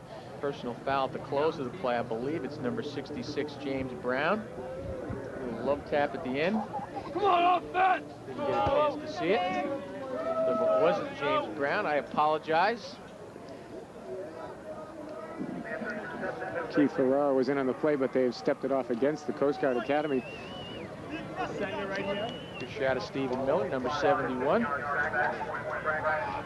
Guard on the offensive team. Put in his day's work so far. A little confusion about the yard marker and the down marker. They're going to flip the... Should be a first down. The penalty occurred after the play was dead, but they wind up getting a first down and losing yardage. Melnick back, looking into the left flat once again to Smith, and he is going to get drilled. You could see that one coming. That was hung out there. Once again, it is Flynn on the big hit. Dennis Flynn. Here we go. Having a field day from the free safety spot. Again, maybe this pass hung up there a little bit too long from Melnick. Floats it out there. He's looking for Smith all the way. He gets it out there in good pursuit by the Plymouth defensive line, but once the ball's down, so is Smith. Big hit delivered by Flynn. And Mark Fisher put the pressure on, made Melnick kind of lofted up there. Incomplete pass in the middle of the field. Number 85, Chip Lewin. He didn't like it. He kind of shook off the defender as well. That was Steve Rodriguez, senior linebacker out of Lincoln, Rhode Island. Coast Guard fans looking for a penalty flag on that play. Looks like he had him wrapped up pretty well before the ball got there. Officials decide on the no call. Just exactly 3 minutes to go in the game. Second down and 10 on about the 21-yard line. And Melnick, who is passing on every down, throws it out in the flat to Rivers. He had some room there at the 15, but looked like he rushed a little bit, threw off his front foot. You read my mind, David. He probably could have gone another 2 steps on that roll to set himself up to throw. Threw it while he was still kind of gliding to his right. Pass falls harmlessly to the ground again. And now it's 3rd and 10 for the Bears. Looking for their first score since early in the first period when Adam Wasserman guided them into the end zone. I should say next week, John, we will be back in Bridgewater, Massachusetts in our small college football game of the week. So watch Bridgewater State take on Mass Maritime in the Cranberry Bowl. Arch rivals are going to do battle there. And Melnick goes out in the sideline once again to Lewin, and he makes the nice catch down there at about the 10-yard line. He's going to pick up the first down. Tackle made by Ray Party. It's his first tackle of the game. Ray Party? I'm trying to imagine a student at Plymouth State College with a name like that. Spelled with a D. Okay, thank you. Could be Pardee, as in Jack. Except hopefully he's not in the same dire straits Jack Pardee is in. And he goes in the corner to Lewin, who makes the catch. Beautiful pass right there in the corner on the sideline. And he beat Pardee on that play. Party. No celebration there. Nicely thrown ball by Melnick, working from the shotgun. Seems very comfortable starting from that deep spot. Puts a lot of zip on the out pass here. Hits him right in the hands. Nice extension by Lewin for the catch. Coast Guard on the board again. 31-13. Wasserman back in the game. Kicked the extra point, and he puts it through. Officials puts their hands up. And Coast Guard has their second touchdown, 31-14. Stay with us because we're coming back. Loyalty and integrity. With it, I can count on my fellow officers as surely as I count on myself.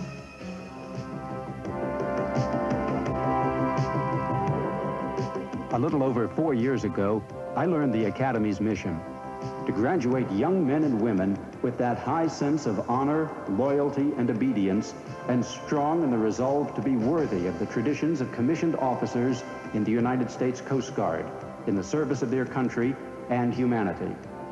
I've come to appreciate its meaning more and more as I see the benefits of what I'm doing today. The U.S. Coast Guard Academy redefined learning for me and gave me an education that's still taking me places I've never been before.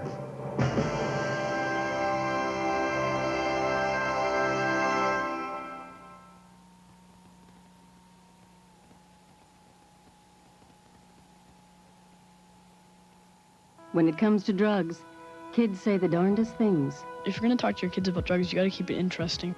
I've had my mom come to me and like, you can't do drugs, and just listening enough to make it look like I'm listening. Then she goes, well, I tried drugs when I was a kid. I'm like, you did? Wow, cool. And then I started listening to her, and because it was interesting. Don't wait until you think there's a problem. Talk with your kids before the problem starts, even if you have to resort to a slightly unconventional approach. As parents, it's up to us. Let's go now, Bears. What do you say, fella? Come on now. There's the story. Plymouth State leads it by 17 points with 2:45 left in the game here at Plymouth State College on homecoming weekend. I should mention earlier, all kinds of activity is field hockey team 1, which is ranked 5th nationally, closed out their season 17 with their 17 straight. They closed out the season 17-0, 20 straight win. And here go the Panthers with the ball up over the 35, and it's Hardy with the ball trying to make up for the last burn on the touchdown. Takes it over the 35, keeps churning, and has a nice run back for himself. And State to take over. Waiting to see who they come out with for their offensive formation. It looks like Deron Jazokas will be back taking the snaps. The third-string quarterback for the Panthers. We mentioned, we should say that Dave Turner was hurt earlier in the year. Let's go now, Mike. Let's go, Marty. What do you say, Andy Jackson became the starter, and now Deron Jazokas gets to hone his skills in the closing minutes of this game. And Andy Jackson has continued to show growth. Played a good game today.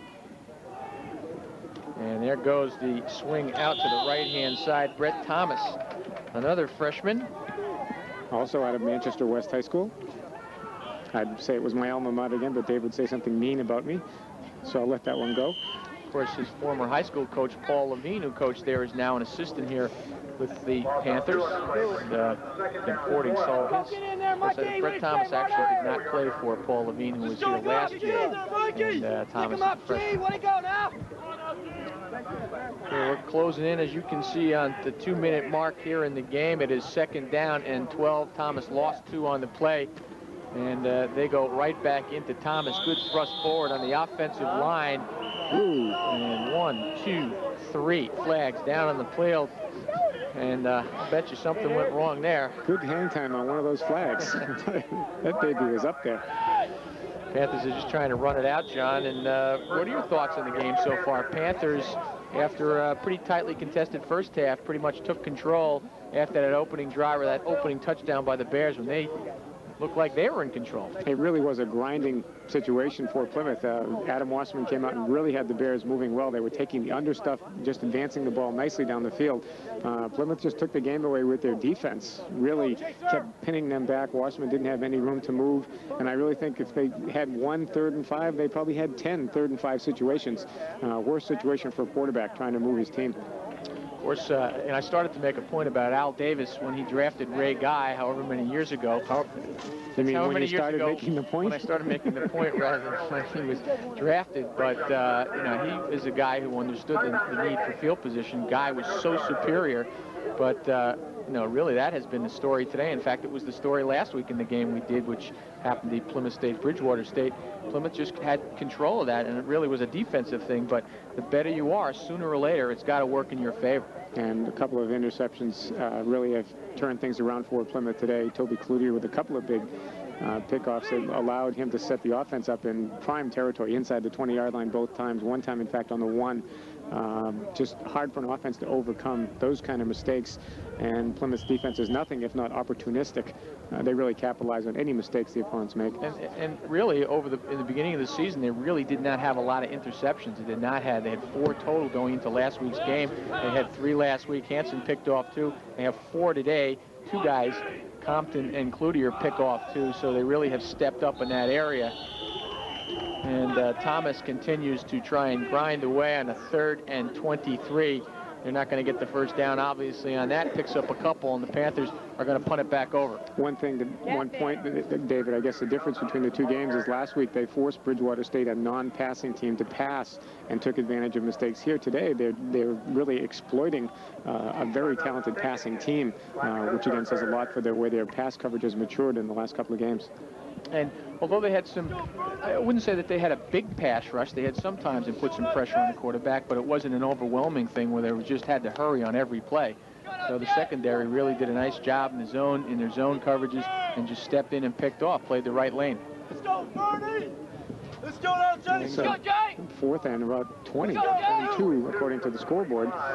They are not in punt formation, although I imagine that we would see them shift back into it. Things are winding down here in Plymouth, New Hampshire. 1:47 left in the game. Jackson into punt, and he is going to Jay Smith, who's got it at the 45. He can get past the first wave. He's got some room, and he does just that, but didn't quite get through that wave. The last player got him, number 46, Bob Boss, the blocking back, and who scored 2 touchdowns today. And really, he's the guy who made some big plays and got the Panthers in some pretty good position in the first half. Another look here, the long view. Jason Smith looking to go left, manages to avoid the dive of Chris Healy, but can't get away from Bob Boss, the guy who's got a couple of touchdowns, also racking up some tackles on special teams.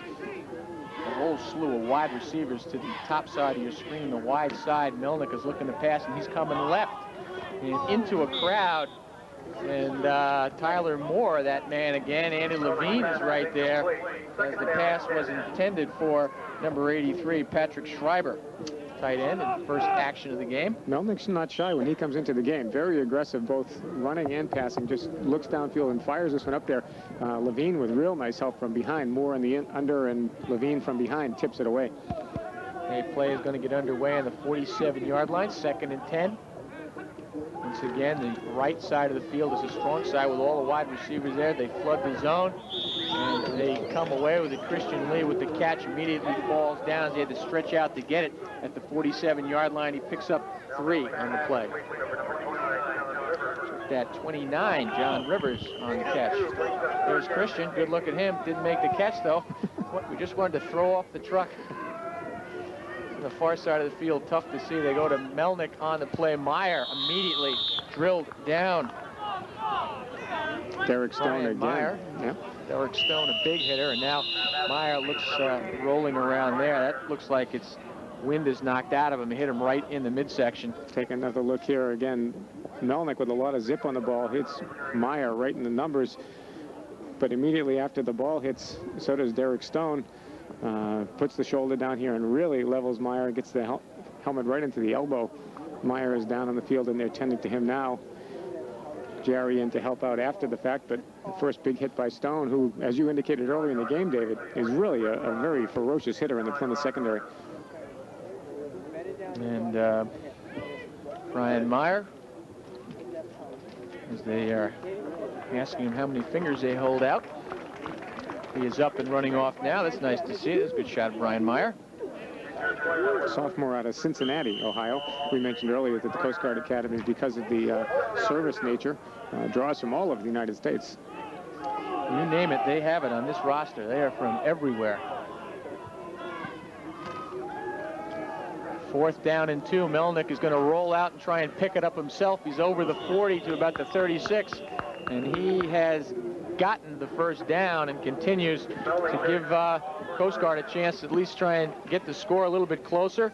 They trail it by 17, and there are 34 seconds left in the game.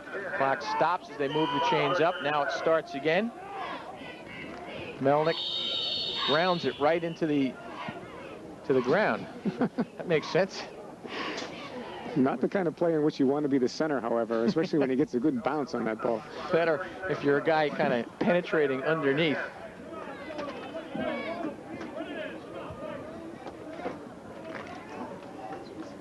Second down and 10, willing to waste the down just to stop the clock, which is frozen at 30 seconds right now. 2nd and 10. Here's an interesting stat I was just handed that I do not believe, but they're shaking their head. John Garner visibly shaking his head.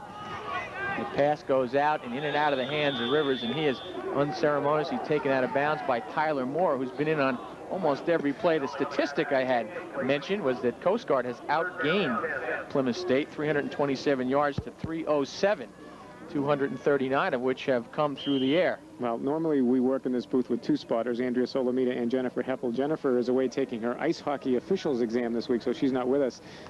John's a little rusty. I think those figures may be suspect. But we appreciate the effort on the part of John. We have to say that. 25 seconds left in the game, as you can see. everybody on the right-hand side. Wonder which side of the field this is going to. They always go left when that happens. Going deep downfield, and a little bit of a collision as they went to Christian Lee. Should point out he's no relation to Christian Leitner, but been wanting to say that the whole game. And Sean Vandell, lucky, the official determined the pass probably would not have been caught anyway. Vandell was out there in deep coverage and it started coming up. Suddenly the ball was thrown over his head and a little bit of inadvertent collision being waved off, however. There have been some very big hits on passes over the middle in this game. Colby Compton had a big one. P.J. Hansen, of course, had a big one. Actually had two big ones today, and Derek Stone, as usually the case, had a couple himself. But Coast Guard is down to their last down at 4th and 10. They're almost down to their last play as well, as they come away with a first down. But even so, they are really, it's too little too late no matter what happens. Melnick running out of the pocket, and he is trying to get it to the sideline and pick up the first down, which he does as he gets it to the 27-yard line.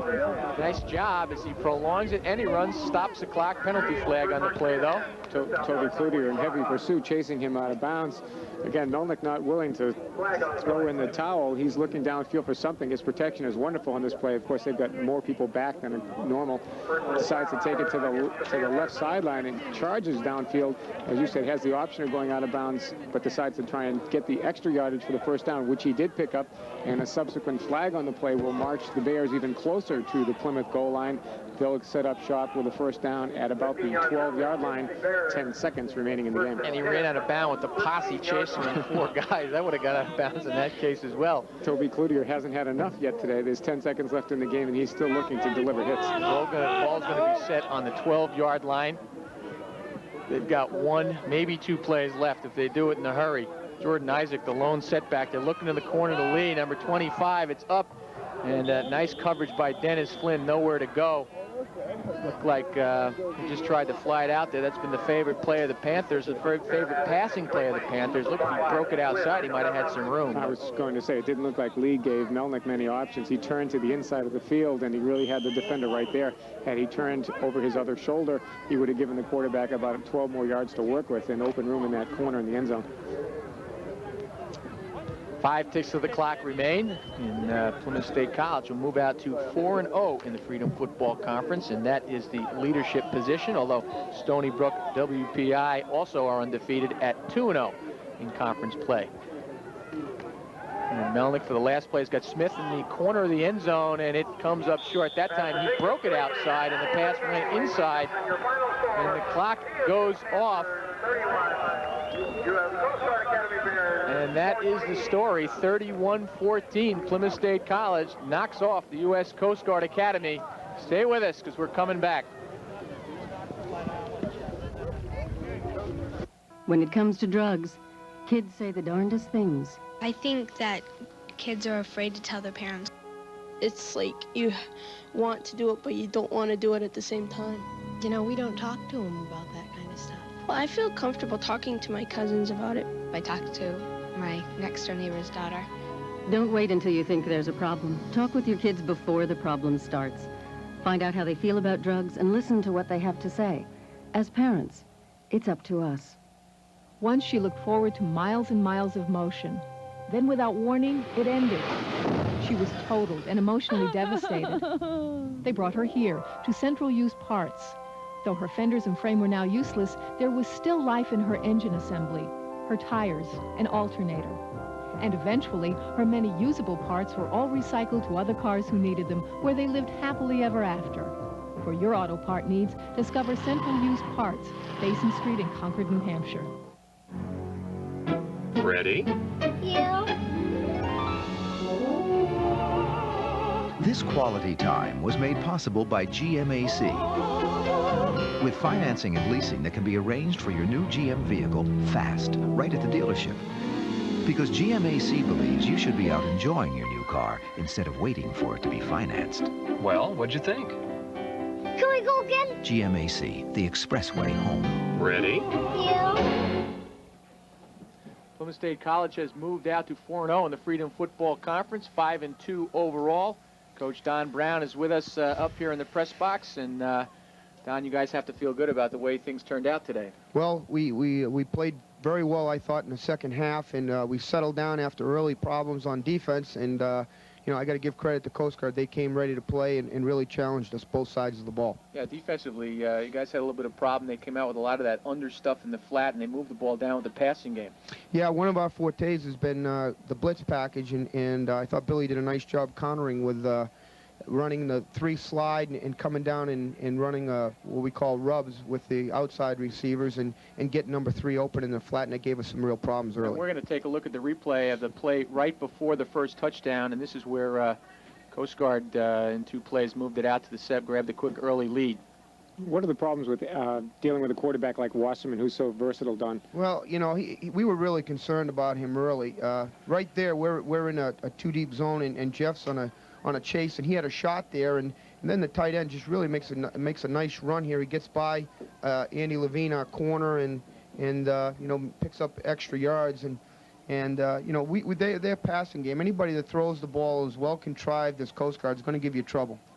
And they do pass the ball well. See if we can get a look now at the touchdown play itself. Give you a look at their first score of the game, which put you guys in the hole. You were down really? 7-0 early. They had us hustling, and this really hurt our blitz scheme a little bit, but we were able to adjust later on and do a good job with it. But we had to hustle here, and they made us hustle early, and again, he's on the rollout, and you know, they run.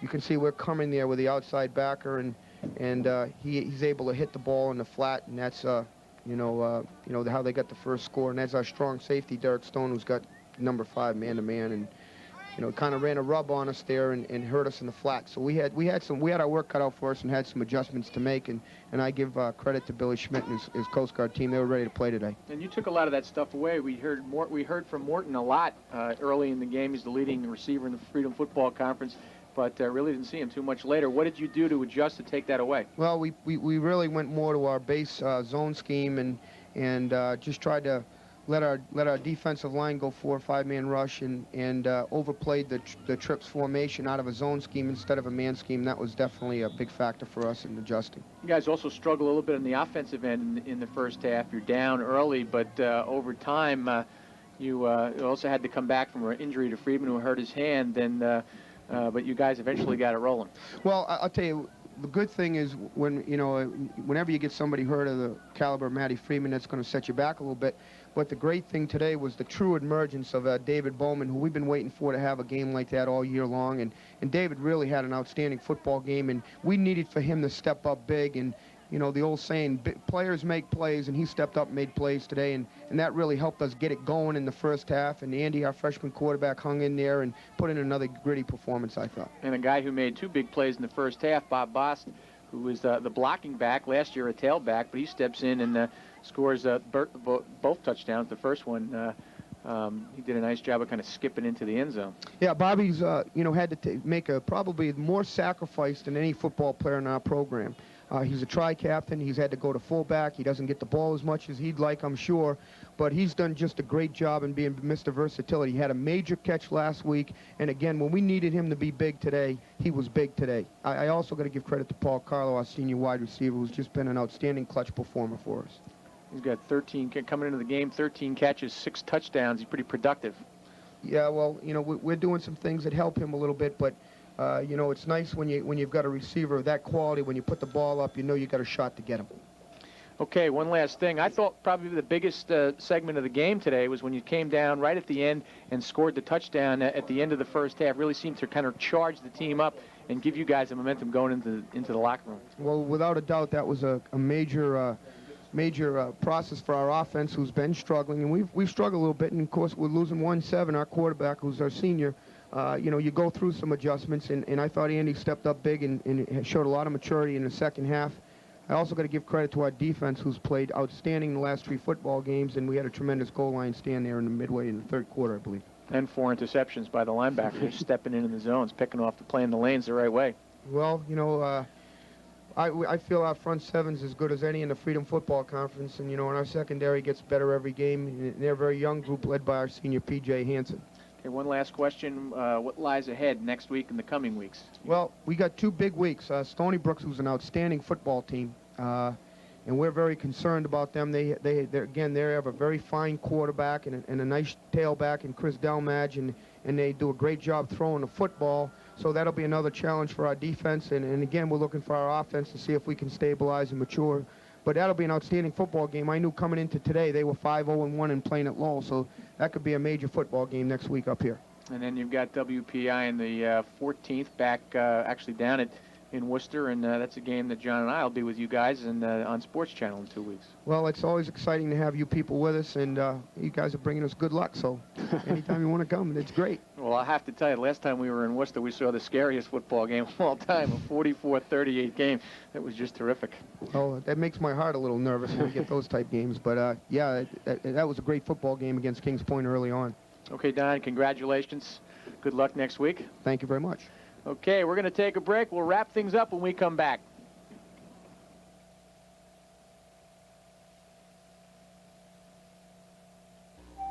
Television, communication, perception, information, discussion, consultation, comprehension, connection, dissemination, duplication, promotion, cultivation, realization, revelation, exclamation, hesitation, television production by Creative Video.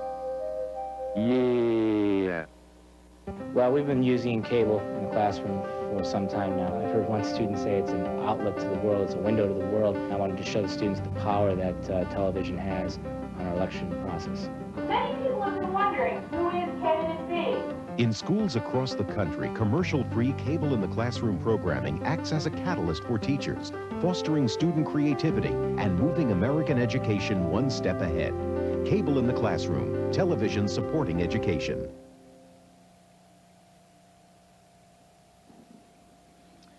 And there you have a picture of the mountains. The fog is descending on us here in Plymouth. They're about to here in Plymouth, New Hampshire, on the campus of Plymouth State College. And we have just seen, I think, the next step for this Plymouth State team. They struggled early in the season. They have taken a step as they've gone along all the way game after game, and today was another one. The defense really exerted themselves. They dominated field position. They really did, and this was a team that really challenges the defense, David. They're very aggressive in the way they move the ball down the field. Adam Wasserman is an experienced quarterback who's had great success spreading the ball out to a number of receivers. That really does test a defense, especially the young Plymouth secondary. They've really had real great strength from their front four and also from their linebacking core. I think this was a big test for their secondary, and I think they passed it with flying colors. And on the offense, they struggle, as we mentioned to Coach Brown. They struggle a little bit, but I thought they came on. David Bowman, over 100 yards. Friedman, although hurt and playing in a limited role or a lesser role than normal, had over 50 yards. So they really ground it out on the ground. They did grind it out on the ground, and just as much as they were successful, with keeping the ball on the ground, I think you have to look to Andy Jackson's continuing growth as a quarterback. He's a freshman filling in for the injured David Turner. He shows a lot of poise. He's really getting very deft with his ball fakes. He's pump faking on the passes. He's really fooling defenders and making it that much easier for his receivers. We saw Carlo come through again today with another big touchdown catch. He's averaging 24 yards a catch. He had a 36-yard for a score today. Andy Jackson is really emerging as a fine quarterback. I think he's really being effective with his passing. He's not. They're not passing all the time, but he's really hitting people on the numbers. Mm-hmm. And again, when you have a guy like Matt Friedman alternating with David Bowman, you don't have to put the ball in the air as much as you would, for example, if you were the Coast Guard Academy. They really depend on the air game. Plymouth is using it selectively, and I think that really makes Andy Jackson that much better. Next week, coming up on the New England Small College football package, we've got Bridgewater State and Mass Maritime, the Cranberry Bowl. So we've got a rivalry to deal with next week. And we saw Bridgewater State lose a real tough game to Plymouth a week ago. They were on a real nice run. I think they really obviously want to win this game for the Cranberry Bowl. You wouldn't want to give that away. But I just think that their defense is going to be a real challenge for next week. Of course, they are teams in the New England Football Conference. So that is the quote-unquote other league when you talk to people in the FFC. And, of course, when you're with the NEFC, the FFC is the other league. Big rivalry there. And, of course, they are led by Maine Maritime, but who may be the leading team for the ECAC championship. Okay, that'll just about do it here from Plymouth, New Hampshire. 31-14, the final score. for Plymouth State beats Coast Guard Academy in what was a very hard-fought game, and Plymouth really dominating field position took over as we went out. For John Clayton and everybody in the truck, I'm Dave Long. Have a nice night, everybody.